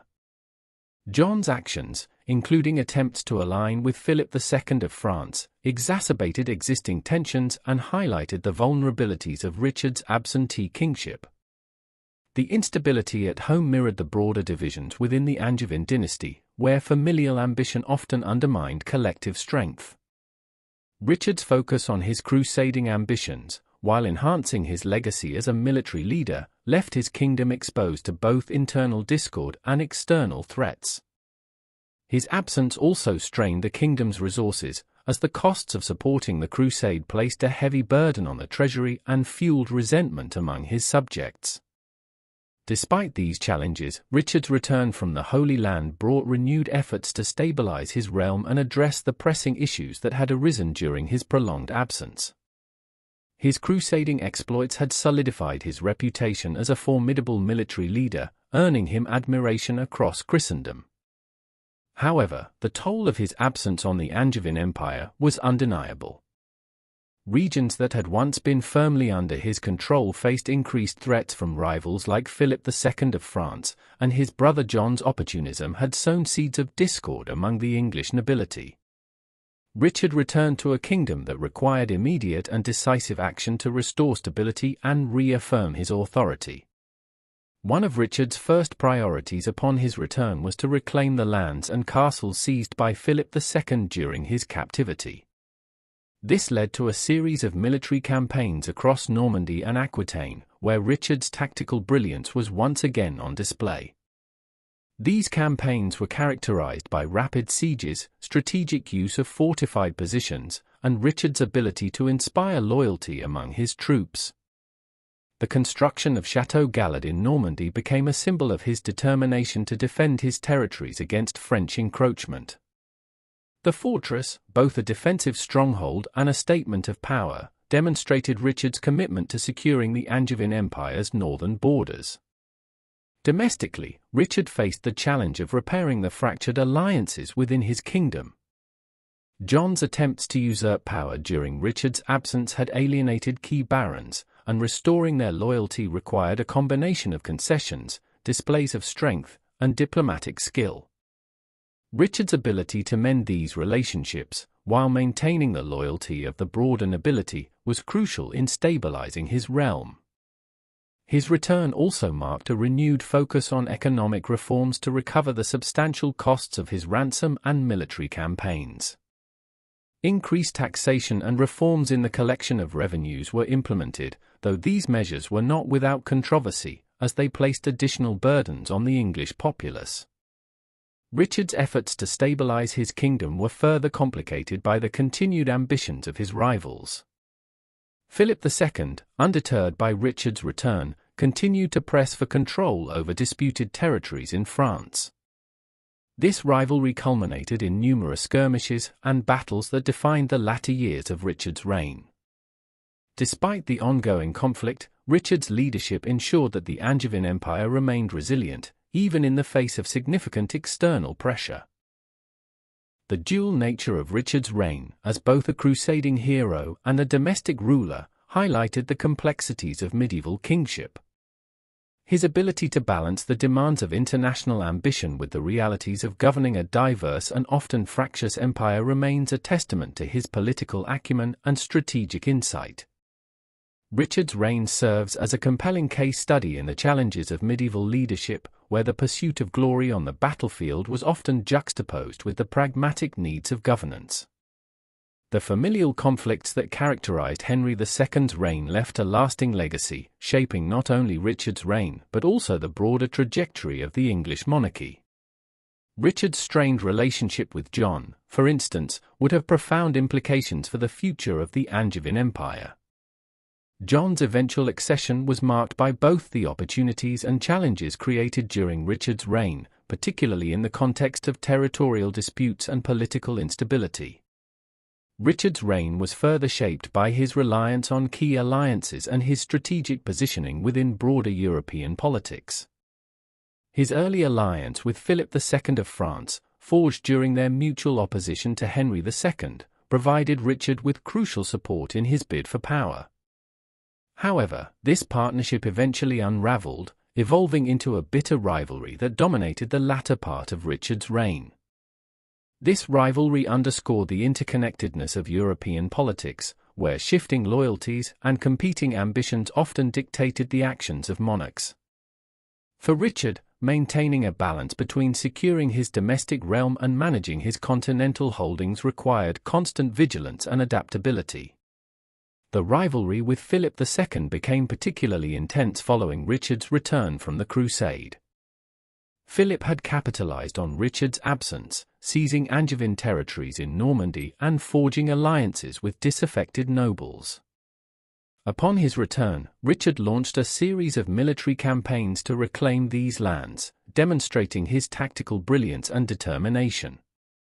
His efforts culminated in the construction of Château Galad, a formidable fortress that served as both a defensive stronghold and a symbol of Angevin resilience. This structure, strategically positioned to defend Normandy against French incursions, exemplified Richard's commitment to preserving his empire. Despite their animosity, Richard and Philip were often forced to engage in diplomacy, highlighting the precariousness of medieval alliances. Truces were negotiated and broken as circumstances shifted, with both monarchs seeking to exploit any advantage. These interactions reflected the broader dynamics of European politics, where personal relationships and territorial ambitions were deeply intertwined. For Richard, the rivalry with Philip was not just a struggle for land but also a contest for dominance and prestige on the European stage. Eleanor of Aquitaine's continued involvement in the politics of the Angevin Empire during this period exemplified her remarkable influence and resilience. After her release from imprisonment, Eleanor became a key advisor and stabilizing force in Richard's reign. Her ability to navigate the complex political landscape of the time not only bolstered Richard's rule but also helped mitigate some of the tensions within the Angevin family. Eleanor's diplomatic efforts with the French crown were particularly significant. Despite the hostilities between Richard and Philip, Eleanor worked tirelessly to maintain channels of communication and secure favorable terms for her son. Eleanor's role extended beyond diplomacy with France. She was instrumental in maintaining the loyalty of key vassals across the Angevin territories, leveraging her extensive network of alliances to counteract the destabilizing effects of Richard's frequent absences. Her political acumen was evident in her ability to reconcile competing interests within the empire, ensuring that Richard could focus on his military campaigns without the constant threat of internal rebellion. Eleanor's efforts were critical in allowing Richard to pursue his crusading ambitions and defend the Angevin Empire against external threats. The Third Crusade, a defining feature of Richard's reign, provides a comprehensive lens through which to examine the broader geopolitical, cultural, and military dynamics of the medieval world. For Richard, the crusade was not merely a religious endeavor but also an opportunity to cement his legacy as one of Christendom's greatest warrior kings. His military successes, particularly the capture of Acre, demonstrated his strategic acumen and ability to unify disparate crusader factions under his leadership. The Siege of Acre, which was among the most significant engagements of the crusade, tested Richard's logistical planning and his ability to command an international force comprised of knights and soldiers from multiple European kingdoms. Following the victory at Acre, Richard's meticulous organization of the Crusader army enabled further advances into Muslim-held territory, solidifying his reputation as a brilliant tactician. Richard's military confrontations with Saladin, one of the most formidable leaders of the medieval Islamic world, became legendary. While their armies clashed on the battlefield, the relationship between Richard and Saladin was characterized by a surprising degree of mutual respect. Both leaders recognized the strategic importance of diplomacy, and their negotiations often reflected a pragmatic understanding of the limits of their respective positions. For instance, Richard's proposal for a marriage alliance between his sister Joan and Saladin's brother, while ultimately unrealized, demonstrated his willingness to explore unconventional means of achieving peace. These diplomatic exchanges reveal a nuanced perspective on the Crusades, challenging simplistic depictions of the era as a monolithic clash between Christians and Muslims. One of Richard's most significant accomplishments during the crusade was the Treaty of Jaffa, which he negotiated with Saladin in 1192. This treaty secured Christian access to Jerusalem for pilgrims and established a truce that temporarily halted hostilities between the two factions. Although the Crusaders failed to reclaim Jerusalem, the treaty underscored Richard's ability to achieve meaningful results through diplomacy as well as warfare. The negotiations reflected Richard's understanding of the geopolitical complexities of the region and his recognition of the practical constraints on both sides. This diplomatic achievement further solidified Richard's standing as a capable and adaptable leader. The logistical and financial challenges of the crusade, however, highlighted the immense costs of such an undertaking. The crusade required significant resources to sustain the army, maintain supply lines, and fund military operations. These demands placed an extraordinary strain on the Angevin Empire's economy, leading to increased taxation and widespread discontent at home. The financial burden of the crusade also necessitated reliance on church contributions and the sale of royal lands and titles, further complicating domestic governance. These challenges reveal the delicate balance Richard had to maintain between his international ambitions and the economic stability of his realm. Culturally, the interactions between Crusaders and the Muslim world during Richard's campaigns fostered exchanges of knowledge, technology, and traditions. While the primary focus of the Crusades was military, the encounters between these civilizations facilitated a degree of mutual influence that had lasting implications for both Europe and the Islamic world. Innovations in fortification design, medical practices, and trade networks were among the areas where these exchanges had a tangible impact, challenging narratives that portray the Crusades solely as a period of conflict and hostility. Richard the Lionheart's return from the Holy Land, his capture and ransom, his death, and his enduring legacy represent a pivotal chapter in medieval English history. These events highlight the fragile balance of power in Europe, the personal trials of a monarch, and the long-lasting influence of Richard's reign on his contemporaries and subsequent generations. The journey home from the Crusades.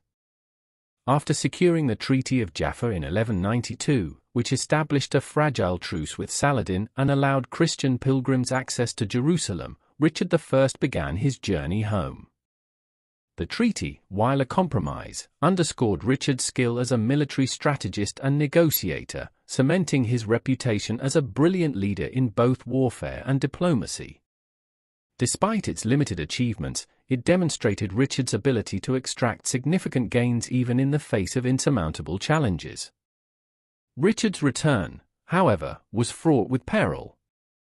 Europe's political landscape was rife with danger, as his rival, Philip II of France, and his brother, John, sought to exploit his absence.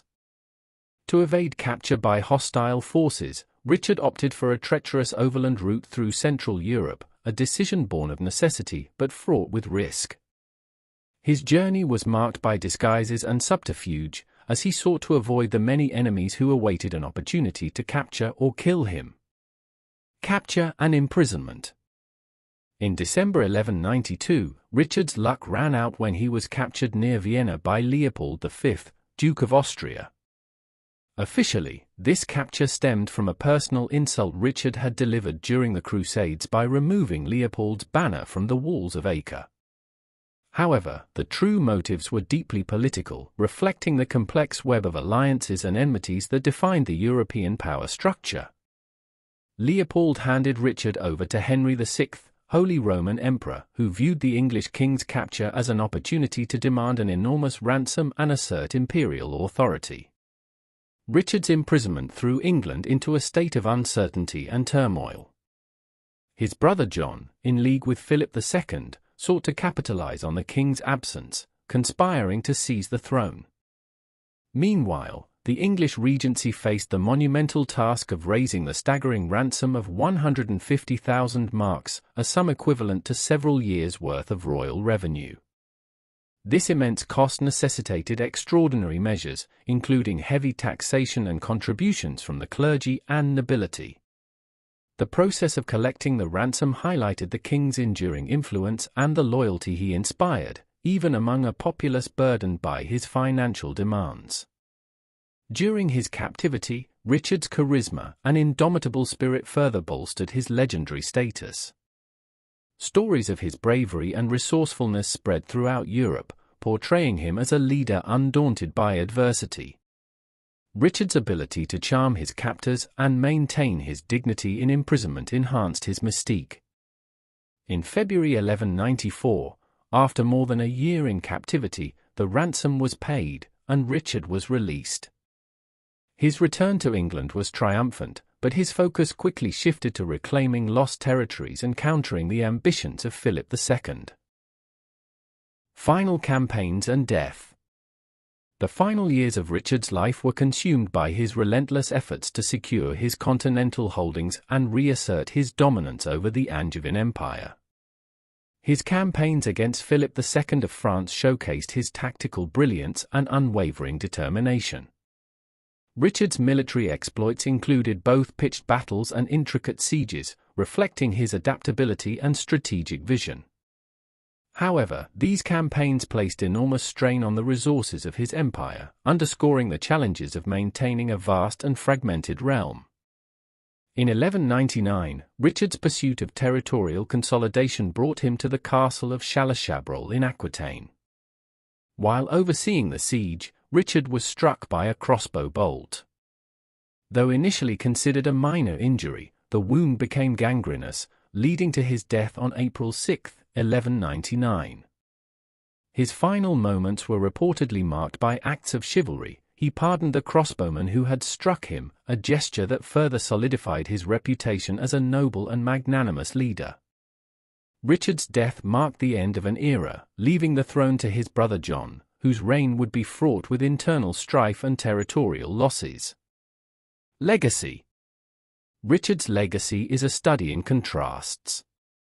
Celebrated as a paragon of chivalry and a warrior king, he earned the moniker Cœur de Lion, Lionheart, for his courage and martial prowess. His exploits during the Crusades cemented his status as a legendary figure in medieval and later historiography.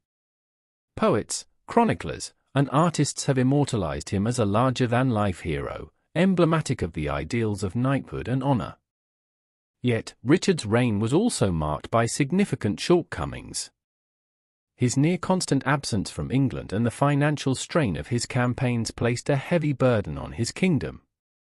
He spent only a few months in England during his decade-long rule, treating it primarily as a source of revenue to fund his ambitions. The heavy taxation required to finance his ransom and military ventures fostered resentment among his subjects, straining the relationship between the crown and the nobility.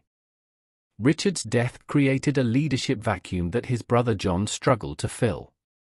John's inability to maintain the Angevin Empire and his contentious relationship with the English barons culminated in the signing of the Magna Carta in 1215, a milestone in the evolution of constitutional governance.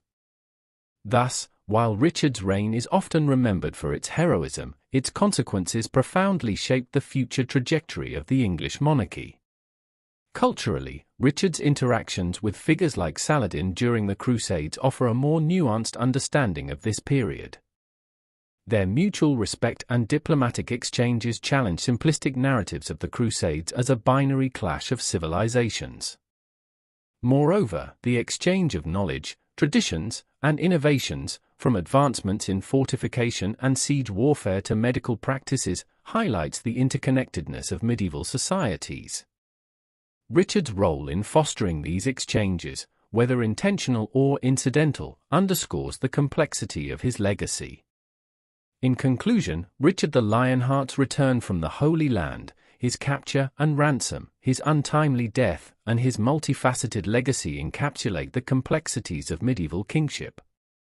His reign, though brief and fraught with challenges, continues to captivate the historical imagination. Richard's larger-than-life persona, his military genius, and the enduring impact of his actions ensure his place as one of the most iconic and debated figures of the medieval era.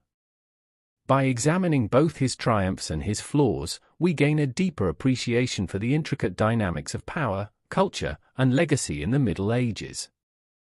Thanks for listening. Like, comment, and subscribe to Medieval Chronicles 1066 for more journeys back to the Middle Ages. Stay curious.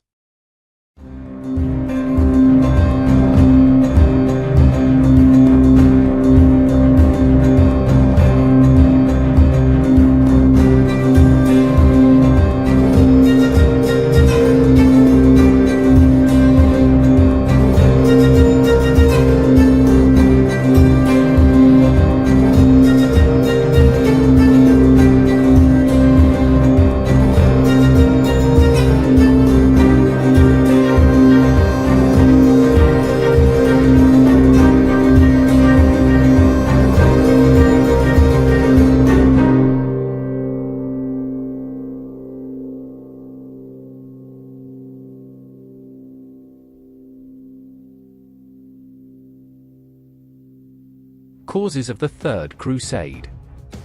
Introduction. The Third Crusade, 1189 to 1192, represents one of the most complex and transformative events of the medieval period, driven by a mix of religious, political, and economic motives. Sparked by the fall of Jerusalem to Saladin in 1187, the campaign sought to restore Christian control over the Holy Land. However, its roots extend far deeper into the socio-political and religious dynamics of the 12th century. By examining the intricate historical context, fervent religious motivations, and the broader political and economic conditions that led to the Third Crusade, we can better understand its significance in medieval history. Let's explore the consequences of earlier crusades, the rise of Saladin as a unifying force in the Muslim world, and the pivotal role played by religious ideology. We will also analyze the ambitions of European monarchs and the economic incentives that shaped the Crusades' goals and logistics. Through this comprehensive exploration, the causes of the Third Crusade will emerge as a confluence of spiritual conviction, political strategy, and material aspirations. These elements combine to create a multifaceted response to a historic moment, demonstrating the interplay between faith and politics in shaping human events. Historical background. The roots of the Third Crusade trace back to the outcomes of the First and Second Crusades, both of which profoundly shaped the socio-political and religious dynamics of the medieval world.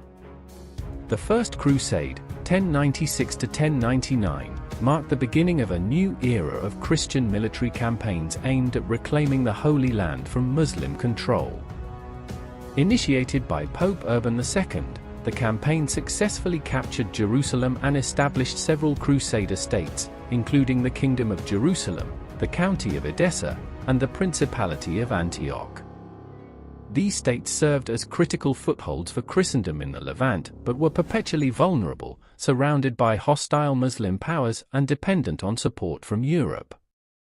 Despite the initial success of the First Crusade, maintaining control over these territories proved challenging. The Crusader states were isolated from Europe by vast distances and hostile lands, making the flow of reinforcements and supplies difficult. Moreover, internal divisions among the Crusaders weakened their ability to respond effectively to external threats. These vulnerabilities became starkly evident during the Second Crusade, 1147 to 1150, which was launched in response to the fall of Edessa, the northernmost Crusader state. Unlike its predecessor, the Second Crusade ended in failure, with the European forces unable to achieve their objectives. This defeat emboldened Muslim leaders and revealed the strategic weaknesses of the Crusader states, setting the stage for further conflicts. The rise of Saladin was a pivotal development in the Muslim response to the Crusader presence. Born in 1137, Saladin, Salah ad-Din Yusuf ibn Ayyub, emerged as a unifying figure capable of bringing together the fragmented Muslim polities of the region. As the founder of the Ayyubid dynasty, Saladin demonstrated exceptional political acumen and military skill. His campaigns against the Crusaders were not only motivated by the desire to reclaim lost territories but also by a deep commitment to Islamic unity and the defense of the faith. Under his leadership, the Muslim forces achieved a level of cohesion that had previously been lacking, enabling them to challenge the Crusaders more effectively. The turning point came in 1187 at the Battle of Hattin, a confrontation that would have far-reaching consequences for both the Muslim and Christian worlds. Saladin's forces decisively defeated the Crusader armies, capturing key leaders and securing control over vital territories. The aftermath of the battle saw the fall of Jerusalem, a city of unparalleled religious significance to Christians, Muslims, and Jews alike. For Christendom, the loss of Jerusalem was a profound shock, sparking widespread calls for a new crusade to reclaim the Holy City. The events leading up to the Third Crusade highlighted the importance of strategic unity and effective leadership. The internal divisions within the Crusader states, coupled with the growing strength of Saladin's forces, created a situation in which the Christian hold on the Holy Land became increasingly tenuous. These dynamics underscore the need for a coordinated response from Europe, one that could address both the military challenges posed by Saladin and the broader ideological and political stakes of the conflict. The call for the Third Crusade thus represented not only a reaction to immediate military losses but also an effort to reassert Christian dominance in a region that held immense symbolic and strategic value. The broader historical context of the Third Crusade also reveals the interplay of religious and political forces in shaping medieval society. The Crusades were not merely military campaigns but also expressions of a deeply rooted cultural and spiritual identity. For European leaders, participation in the Crusades offered an opportunity to demonstrate their piety, enhance their prestige, and secure their legacies. At the same time, the campaigns reflected the growing centralization of authority within European monarchies, as kings sought to mobilize resources and assert their leadership in the face of shared challenges. The historical background of the Third Crusade thus provides a rich tapestry of interconnected events and motivations. From the successes and failures of earlier crusades to the rise of Saladin and the shifting dynamics of power in the medieval world, this period was marked by profound transformations that set the stage for one of the most significant campaigns in the history of Christendom. Understanding this context is essential to appreciating the complexity and significance of the Third Crusade as a moment of convergence between faith, politics, and human ambition. Religious motivations. At the heart of the Third Crusade was an intense and pervasive sense of religious duty that permeated every aspect of medieval life. Religion served as both a catalyst and a unifying force, mobilizing entire societies to commit resources, energy, and lives to the cause of reclaiming Jerusalem. Pope Gregory VIII's issuance of the papal bull Audita Tremendi in 1187 exemplified this call to faith. This papal document did not merely request assistance, it demanded action, portraying the crusade as a divine obligation to avenge the desecration of the Holy Land and secure Christian holy sites. The bull promised spiritual rewards, including the remission of sins and eternal salvation, intertwining the temporal goals of the crusade with profound personal piety. The theological underpinnings of the Crusades were deeply rooted in medieval Christianity's conception of holy war. Crusaders believed their actions were sanctioned by God, granting them not only a moral but also a divine imperative to reclaim lands associated with the life and ministry of Christ. This belief lent a transcendent quality to their mission, inspiring remarkable levels of sacrifice and perseverance. Participation in the crusade was seen as an act of penance and devotion, a means to cleanse the soul and secure eternal favor in the afterlife. This conviction resonated deeply in a society where religion was central to personal and communal identity. The role of religious propaganda was instrumental in galvanizing support for the crusade. Preachers, often commissioned directly by the papacy, traveled across towns and villages, delivering fiery sermons that emphasized the suffering of Christians in the Holy Land. These sermons painted a vivid picture of Muslim oppression, the desecration of sacred sites, and the urgent need for Christian intervention. They also framed the crusade as a communal effort, calling upon every Christian, regardless of social status, to contribute to the cause. These appeals were remarkably effective in uniting disparate groups under a shared spiritual banner. Religious fervor was further amplified by the symbolic significance of Jerusalem. As the site of Christ's crucifixion, resurrection, and ascension, Jerusalem held unparalleled importance in Christian theology. Its capture by Saladin in 1187 was not merely a military defeat but a profound spiritual crisis, shaking the foundations of Christendom's identity.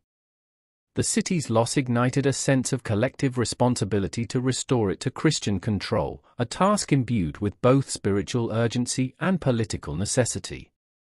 Moreover, the Crusades were deeply intertwined with the medieval Church's broader efforts to assert its authority and unify Christendom under papal leadership. By framing the Crusades as a spiritual obligation, the Church reinforced its central role in guiding societal values and priorities. The Crusades also offered an opportunity to channel the martial energies of European nobility toward a cause that aligned with ecclesiastical goals, reducing internal conflicts while advancing the Church's influence. The alignment of religious motivations with cultural and social structures created a powerful impetus for the crusade. From monarchs and nobles to peasants and clergy, individuals across the social spectrum were drawn to the cause, driven by a mix of spiritual devotion, communal solidarity, and personal aspirations.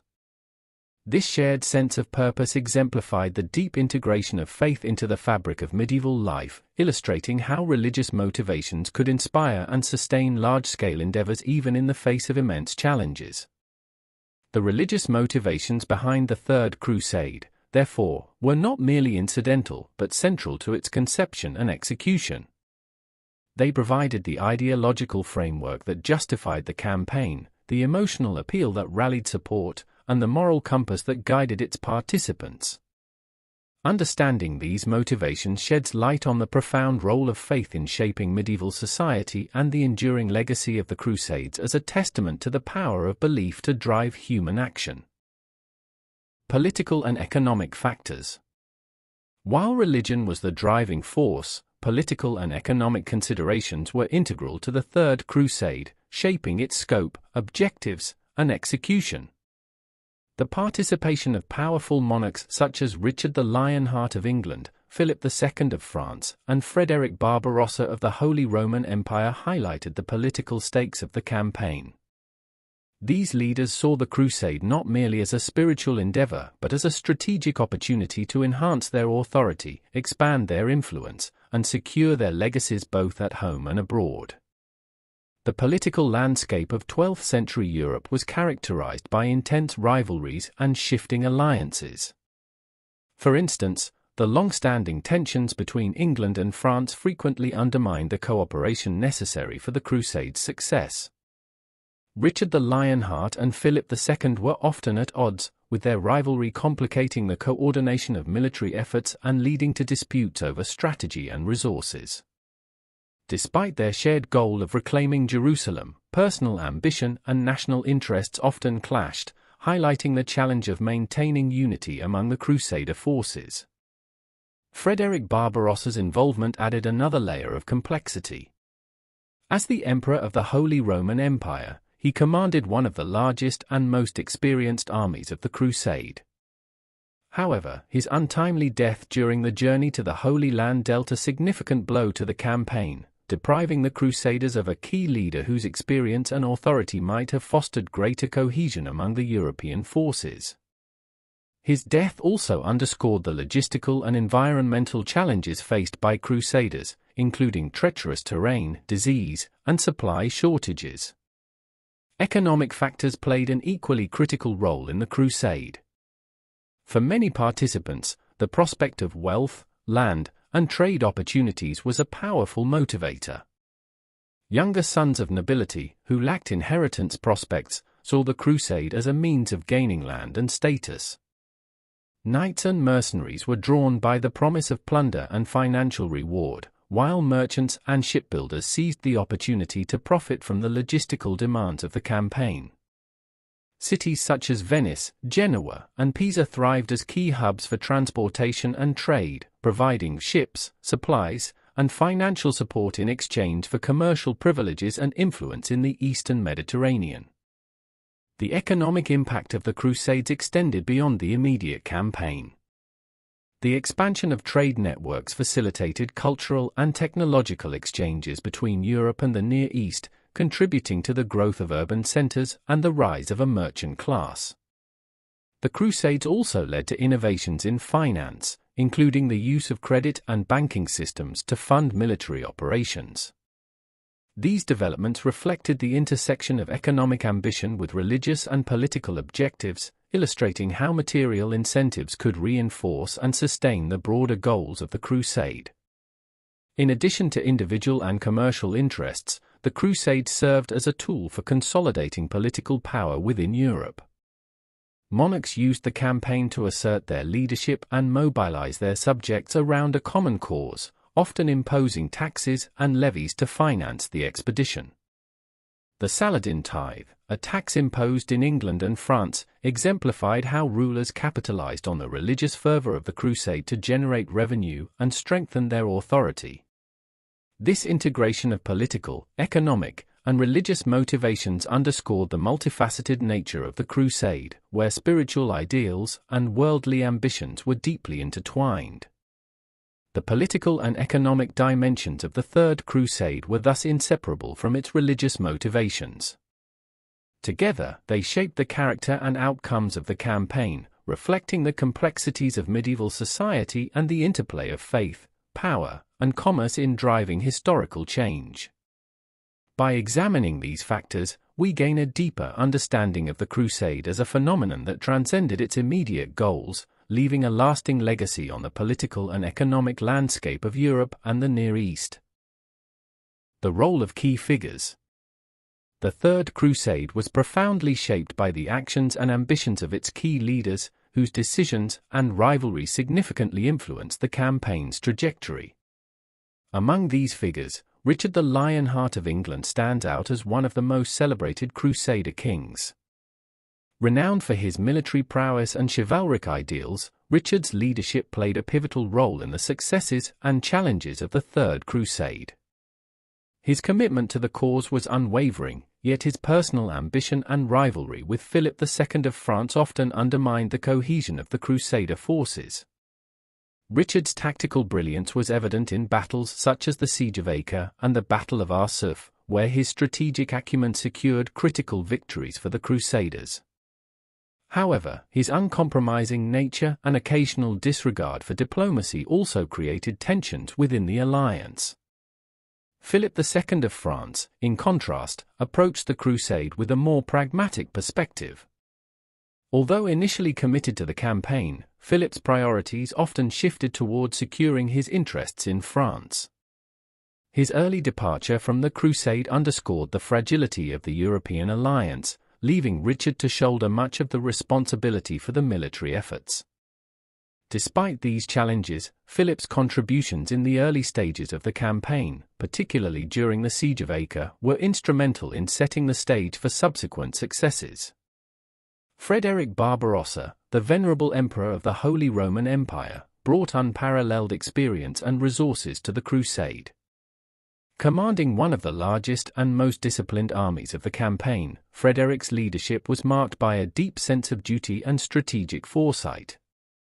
His untimely death in 1190, however, dealt a severe blow to the Crusaders, depriving them of a unifying figure whose authority and expertise could have fostered greater cohesion among the European forces.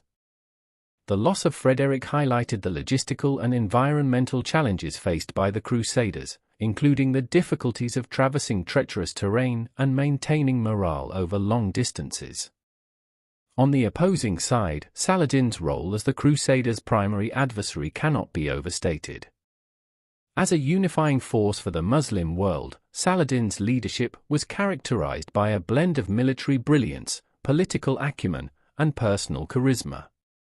His ability to inspire loyalty among his followers and maintain a cohesive front against the Crusaders was instrumental in defending the Holy Land.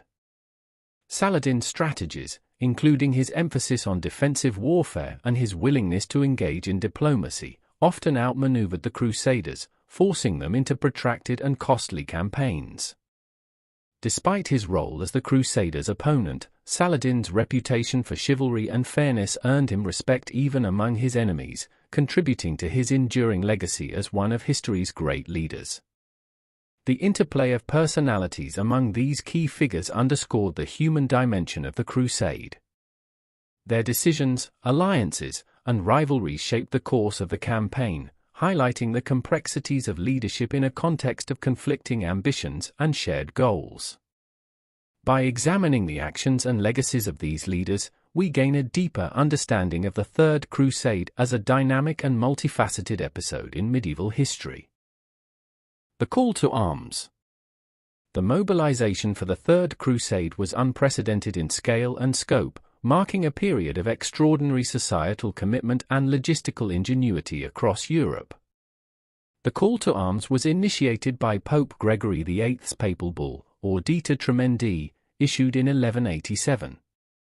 This powerful document emphasized the spiritual and moral urgency of the crusade, portraying the mission as a divine mandate to reclaim the Holy Land following its loss to Saladin. The bull promised remission of sins and eternal salvation to those who took up the cross, which significantly motivated knights, clergy, and commoners alike.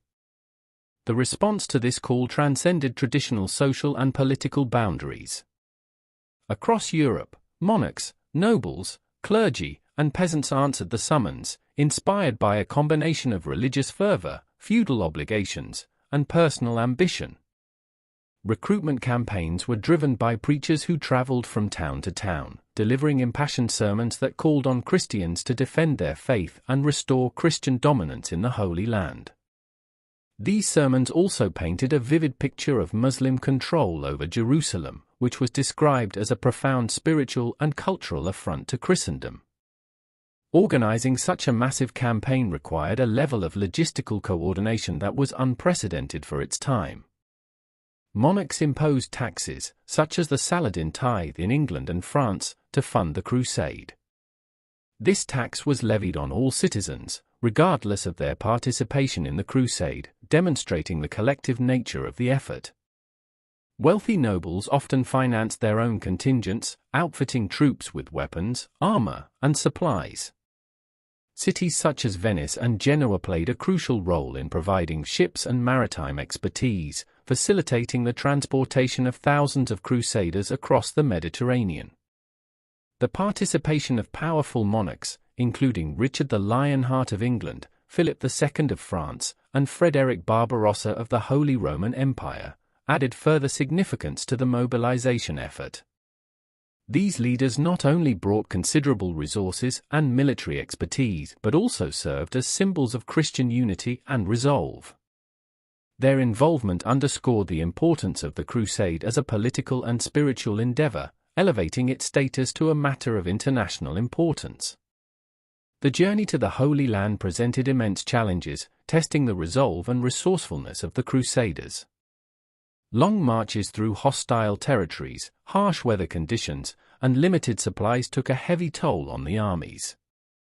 Frederick Barbarossa's death during the march through Anatolia highlighted the perils of the journey, underscoring the logistical difficulties faced by even the most experienced leaders. Despite these hardships, the collective determination to reach Jerusalem and reclaim it for Christendom remained a powerful unifying force. The mobilization for the Third Crusade also reflected broader societal changes in medieval Europe. The scale of participation and the level of organization required to sustain the campaign demonstrated the increasing centralization of power within European monarchies and the growing influence of the Church in directing societal priorities. The Crusade served as a unifying endeavor that transcended regional and national divisions, fostering a sense of shared purpose and identity among the participants. Thus, the call to arms for the Third Crusade was a remarkable demonstration of faith, ambition, and logistical ingenuity. It brought together individuals from all walks of life, united by a shared goal to reclaim the Holy Land and restore Christian control over Jerusalem. The Third Crusade was a watershed moment in the medieval era, reflecting the intricate interplay of religious, political, and economic forces that defined the period. While its immediate goal of reclaiming Jerusalem was not fully realized, the campaign nonetheless achieved significant military and political successes, including the securing of key coastal cities and the establishment of a tenuous truce between Richard the Lionheart and Saladin. These outcomes underscored the complexity of the Crusade's objectives, which were as much about asserting European dominance and unifying Christendom as they were about reclaiming holy sites. One of the most enduring aspects of the Third Crusade is its demonstration of how faith can act as a unifying force capable of mobilizing diverse populations and resources on an unprecedented scale. The call to arms transcended national, linguistic, and cultural boundaries, uniting European monarchs, nobles, and commoners in a shared spiritual mission. This unity, though often strained by internal rivalries and competing ambitions, highlighted the central role of religion in shaping medieval society and influencing its geopolitics. Politically, the Crusade illuminated both the strengths and limitations of European monarchies during this period. Leaders like Richard the Lionheart displayed remarkable strategic and tactical prowess, but their inability to fully cooperate and coordinate their efforts exposed the challenges of maintaining cohesion in large-scale endeavors. These political dynamics not only affected the outcomes of the crusade but also provided valuable lessons for future military and diplomatic efforts in the region. Economically, the crusade had profound and lasting effects. It facilitated the expansion of trade networks and the exchange of ideas, goods, and technologies between Europe and the Near East.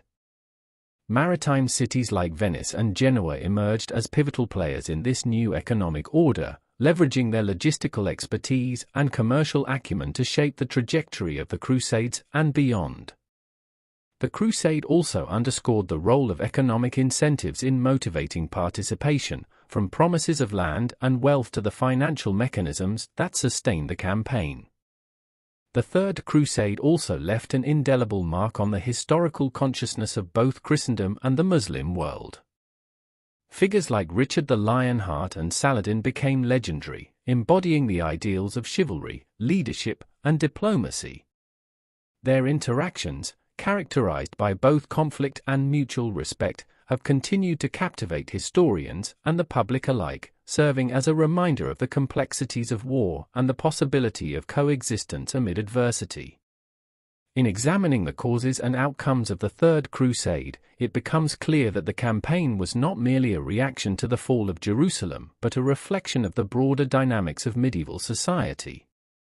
The interplay of faith, power, and ambition drove the crusade, shaping its trajectory and its legacy. While the crusade failed to achieve its ultimate goal, its impact was far-reaching, influencing the political, economic, and cultural landscapes of both Europe and the Near East. Ultimately, the Third Crusade stands as a testament to the enduring power of collective human effort, shaped by a complex matrix of motivations and aspirations. Its legacy serves as both a historical case study in the challenges of large-scale collaboration and a poignant reminder of the profound ways in which faith, politics, and economics can intersect to shape the course of history. Thanks for listening. Like, comment, and subscribe to Medieval Chronicles 1066 for more journeys back to the Middle Ages. Stay curious.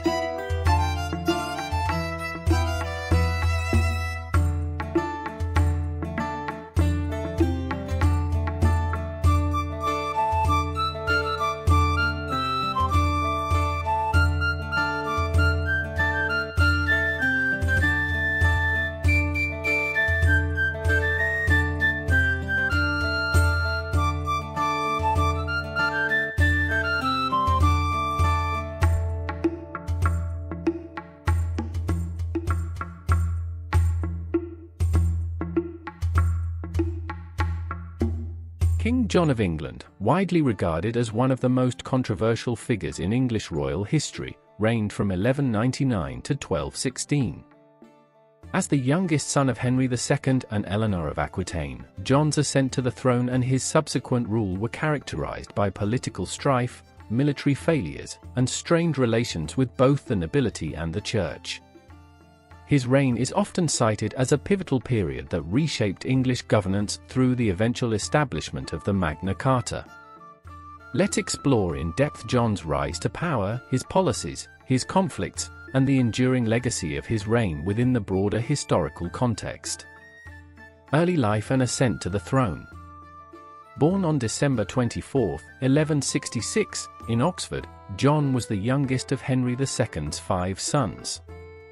Nicknamed John Lackland, he initially inherited no significant landholdings, a stark contrast to his older brothers, who were granted vast territories as part of Henry's strategic efforts to consolidate Angevin power.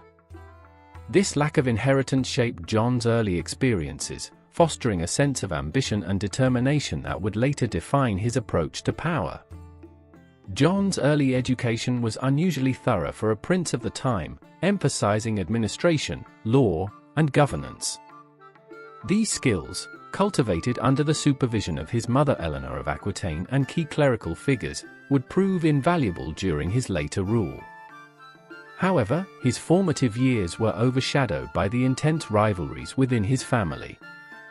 The rebellions of his elder brothers against their father, Henry II, created a volatile environment in which loyalty was often fleeting and alliances shifted rapidly. As the youngest, John was often used as a pawn in his father's political maneuvers, further sharpening his understanding of the complexities of medieval power dynamics. John's fortunes began to change following the deaths of his elder brothers William, Henry the Young King, and Geoffrey. These losses reshaped the line of succession and brought John closer to the throne. By the time Richard I inherited the crown in 1189, John had been entrusted with significant titles and estates, including the Countship of Mortain. Despite this, he remained overshadowed by Richard, whose reputation as a warrior and leader earned him widespread admiration. Richard's decision to embark on the Third Crusade in 1190 presented John with an opportunity to assert his influence in England. During Richard's absence, John was tasked with governing England alongside William Longchamp, the Chancellor and Bishop of Ely.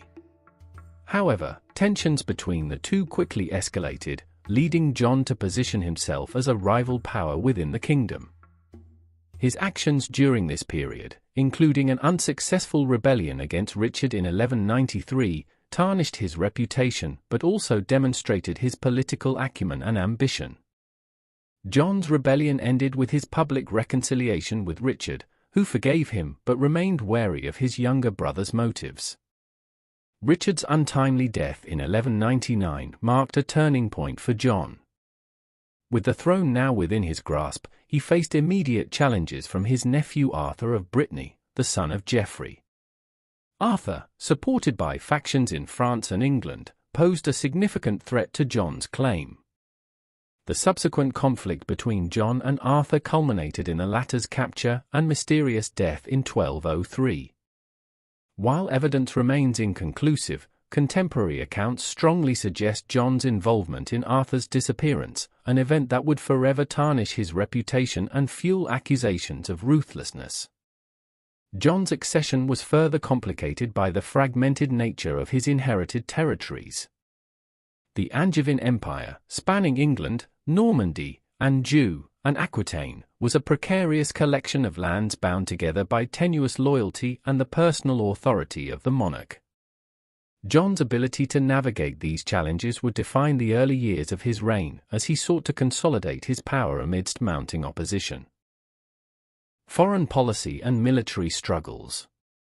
A major theme of John's reign was his ongoing struggle to retain English territories in France. The Angevin Empire, which had been built and maintained by his father Henry II and his brother Richard, began to crumble during John's reign. The loss of Normandy in 1204 to King Philip II of France marked a catastrophic blow to John's authority and to England's position in continental politics. This pivotal moment was the result of several factors, including John's inability to garner the loyalty of his Norman barons, the superior military strategy of Philip II, and John's own diplomatic miscalculations. The fall of Normandy dealt a severe blow to John's prestige. It also had economic and strategic consequences, as England lost its access to a key power base that had long served as a bridge between the English and French crowns. John attempted to regain these territories through both diplomacy and force, but his efforts were largely unsuccessful. His inability to establish lasting alliances with European powers further compounded the issue. One of John's most ambitious attempts to recover his continental holdings culminated in the 1214 Battle of Bouvines, where he joined a coalition against Philip II that included the Holy Roman Emperor and the Count of Flanders. Despite the coalition's formidable resources, the campaign ended in a humiliating defeat for John and his allies. The loss at Bouvines was not merely a military failure but a political catastrophe that weakened John's credibility among the English barons. The battle underscored John's inability to coordinate effective military strategies and exposed the limits of his diplomatic influence. John's struggles were not confined to France. In Ireland, he attempted to strengthen Norman control through military campaigns and the establishment of administrative structures. However, his policies faced resistance from native Irish lords and even from Anglo-Norman settlers, who resented John's heavy-handed approach. In Scotland, John's efforts to assert dominance were met with limited success, as he was unable to fully subdue the Scottish monarchy or integrate its territories into his realm. Similarly, his campaigns in Wales were marked by periodic gains that were quickly reversed, highlighting his inability to maintain sustained control over these regions. John's military failures were not solely the result of external pressures, they were also a product of his leadership style. His reliance on mercenaries, often funded through exorbitant taxation, alienated many of his barons. Moreover, John's reputation for mistrust and vindictiveness discouraged loyalty among his commanders and allies.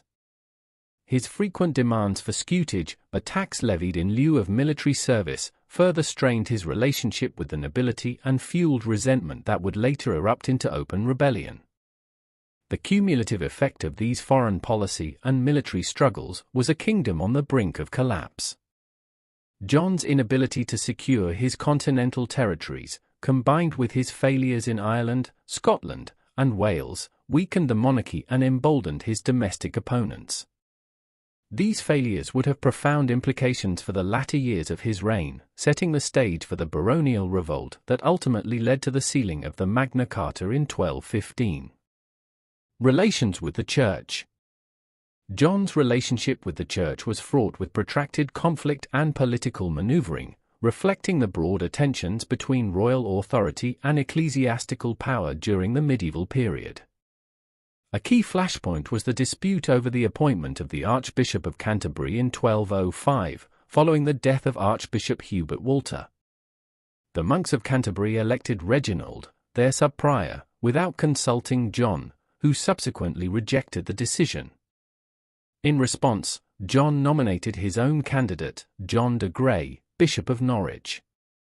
The stalemate escalated when Pope Innocent III intervened, rejecting both nominees and appointing Stephen Langton, a respected theologian and scholar. John's refusal to accept Langton ignited a major crisis. In 1208, Innocent placed England under an interdict, effectively suspending all religious services and sacraments, a move designed to pressure John into compliance. The interdict had profound social and political ramifications, as it deprived the population of essential religious rites, including marriages and burials, fostering widespread resentment toward John's defiance. The situation worsened in 1209 when John was excommunicated, a severe penalty that isolated him from the broader Christian community and undermined his legitimacy. Undeterred, John responded with measures to consolidate his control over church property, seizing ecclesiastical revenues and lands. These actions further alienated the clergy and deepened the rift between the crown and the church. By 1213, the growing domestic unrest and the threat of foreign intervention compelled John to reconcile with the papacy. In a dramatic political maneuver, John submitted to Innocent III's authority, agreeing to accept Langton as archbishop and declaring England a papal fief. This act of submission, while resolving the immediate crisis, was viewed by many as a humiliation that undermined the sovereignty of the English crown.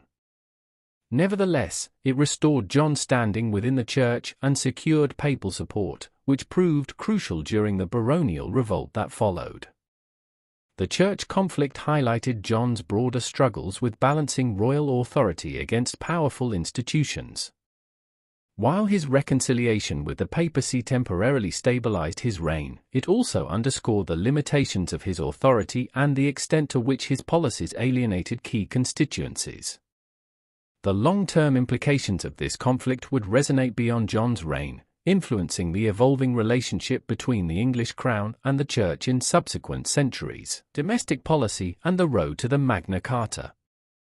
Domestically, John's reign was marked by heavy taxation, arbitrary governance, and an increasingly adversarial relationship with the English nobility.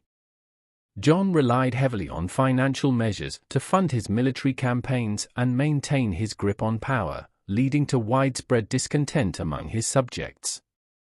The primary method by which he extracted funds was through scutage, a tax levied in lieu of military service. While scutage had been employed by previous monarchs, John's frequent and exorbitant demands stretched the limits of what the nobility was willing to tolerate. Beyond scutage, John exploited the feudal system to raise revenue in ways that were perceived as oppressive and capricious. He imposed fines for minor infractions, levied punitive reliefs on inheriting barons, and demanded hostages from prominent families to ensure their loyalty. These practices not only alienated the nobility but also fostered resentment among lesser landholders and commoners, who bore the brunt of additional taxes. The heavy-handed nature of John's governance eroded trust in the crown and created an atmosphere of discontent across multiple strata of society. John's governance was further marred by allegations of favoritism and corruption. His reliance on a small circle of loyal advisers, including figures like Peter des Roches and Gerard d'Athy, fueled accusations of nepotism and incompetence. These advisers, often foreign-born, were resented by the English barons, who viewed their influence as an affront to traditional feudal hierarchies. This perception of favoritism intensified the barons' grievances and contributed to their eventual rebellion. The culmination of these tensions came in 1215 when John faced a full-scale revolt led by a coalition of disaffected barons. The rebels, supported by influential clergy and local leaders, presented a set of demands intended to curtail royal authority and protect their traditional rights. These demands were formalized in the Magna Carta, a document that sought to limit the king's arbitrary power by establishing principles of accountability and fairness. The Magna Carta addressed a range of issues, including the rights of the church, the regulation of feudal dues, and the administration of justice. It also included provisions aimed at preventing the king from imposing taxes without the consent of his council and ensuring that no free man could be imprisoned or punished without due process of law. While the Magna Carta was initially intended as a practical solution to the immediate crisis, it contained principles that would have lasting implications for the development of constitutional governance in England and beyond. Despite sealing the Magna Carta at Runnymede in June 1215, John's commitment to its terms was short-lived. He sought papal annulment of the charter, arguing that it had been signed under duress, and resumed his efforts to reassert royal authority. This repudiation led to the outbreak of the First Barons' War, a civil conflict that would dominate the final years of John's reign. The war further weakened John's position and underscored the deep divisions within his kingdom. The legacy of the Magna Carta, however, would outlive John. Reissued by his successors with modifications, it became a cornerstone of English law and a symbol of the enduring struggle between authority and accountability. Its influence can be traced through centuries of legal and political developments, shaping the evolution of democratic ideals and constitutional frameworks around the world. Death and legacy. John's death on October 19, 1216, from dysentery during the First Barons' War, marked the end of a turbulent reign. His final months were spent in frantic military campaigns, attempting to regain control over rebellious regions in England and Wales. As the Barons' War raged on, John's health began to deteriorate, compounded by the strain of constant travel and a lack of resources. His death occurred at Newark Castle, and his body was later interred at Worcester Cathedral. The immediate aftermath of John's death saw a kingdom on the brink of collapse. His 9-year-old son, Henry III, ascended the throne under the guidance of a regency council led by William Marshal, 1st Earl of Pembroke. Marshal's leadership was instrumental in stabilizing the realm, negotiating with rebel barons, and reissuing a revised version of the Magna Carta in 1217. This act marked the beginning of a broader effort to restore order and mend the divisions that had fractured the kingdom. While John's reign is often characterized by its failures, his death brought an opportunity for reconciliation and reform. The Magna Carta, initially a response to his mismanagement, became a foundational document in the evolution of constitutional government. Its principles of accountability, the rule of law, and the protection of individual rights resonated through subsequent centuries, influencing legal systems and democratic movements worldwide. John's legacy is a complex one. On the one hand, he is remembered as a deeply flawed monarch whose actions alienated his barons, the church, and much of his kingdom. His reputation for cruelty, mistrust, and greed has been immortalized in both historical accounts and popular culture. Yet, his reign also serves as a turning point in English history, highlighting the limits of autocratic power and the necessity of checks and balances in governance. Historians continue to debate the extent of John's culpability for the crises of his reign. Some argue that he was a victim of circumstances beyond his control, including the loss of the Angevin Empire and the shifting dynamics of medieval Europe. Others contend that his failures were largely self-inflicted, stemming from his inability to inspire loyalty and his penchant for arbitrary rule. Regardless of perspective, John's reign provides valuable insights into the challenges of medieval kingship and the enduring struggle between authority and accountability. In summary, King John's death marked the end of a turbulent chapter in English history, but his legacy endures through the transformative impact of the Magna Carta. His reign, though troubled, set the stage for significant constitutional developments that continue to shape governance and legal thought to this day. Conclusion. The reign of King John, while mired in controversy and marked by significant failures, represents a pivotal moment in the history of governance and law. His tumultuous rule underscores the fragility of monarchical authority when unchecked by accountability and consensus. Yet, from this era of discord emerged one of the most enduring legacies in the form of the Magna Carta. This document, born out of rebellion and dissatisfaction, laid the groundwork for constitutional governance and established principles that resonate to this day. John's reign serves as both a cautionary tale and a catalyst for reform. It exemplifies the dangers of autocratic rule, where short-sighted policies and personal grievances alienate key constituencies and destabilize governance. At the same time, it highlights the resilience of institutions and the capacity for innovation in the face of crisis. The Magna Carta, originally a tool for curbing John's excesses, evolved into a beacon for justice, liberty, and the rule of law, influencing legal frameworks across the globe. The complexities of John's legacy remind us that even deeply flawed leaders can inadvertently contribute to transformative change. His failures created the conditions for dialogue, negotiation, and the articulation of rights that extended beyond the feudal hierarchy to shape the principles of modern democracy. By examining John's life and reign, we gain not only a deeper understanding of medieval politics, but also insights into the enduring struggle for accountability, fairness, and governance that transcend his time. Ultimately, King John's reign offers lessons that extend far beyond the medieval period.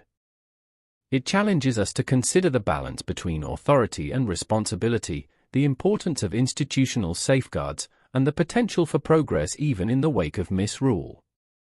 In this way, his reign, though fraught with turmoil, remains a cornerstone in the narrative of governance and the evolution of legal and political thought. Thanks for listening.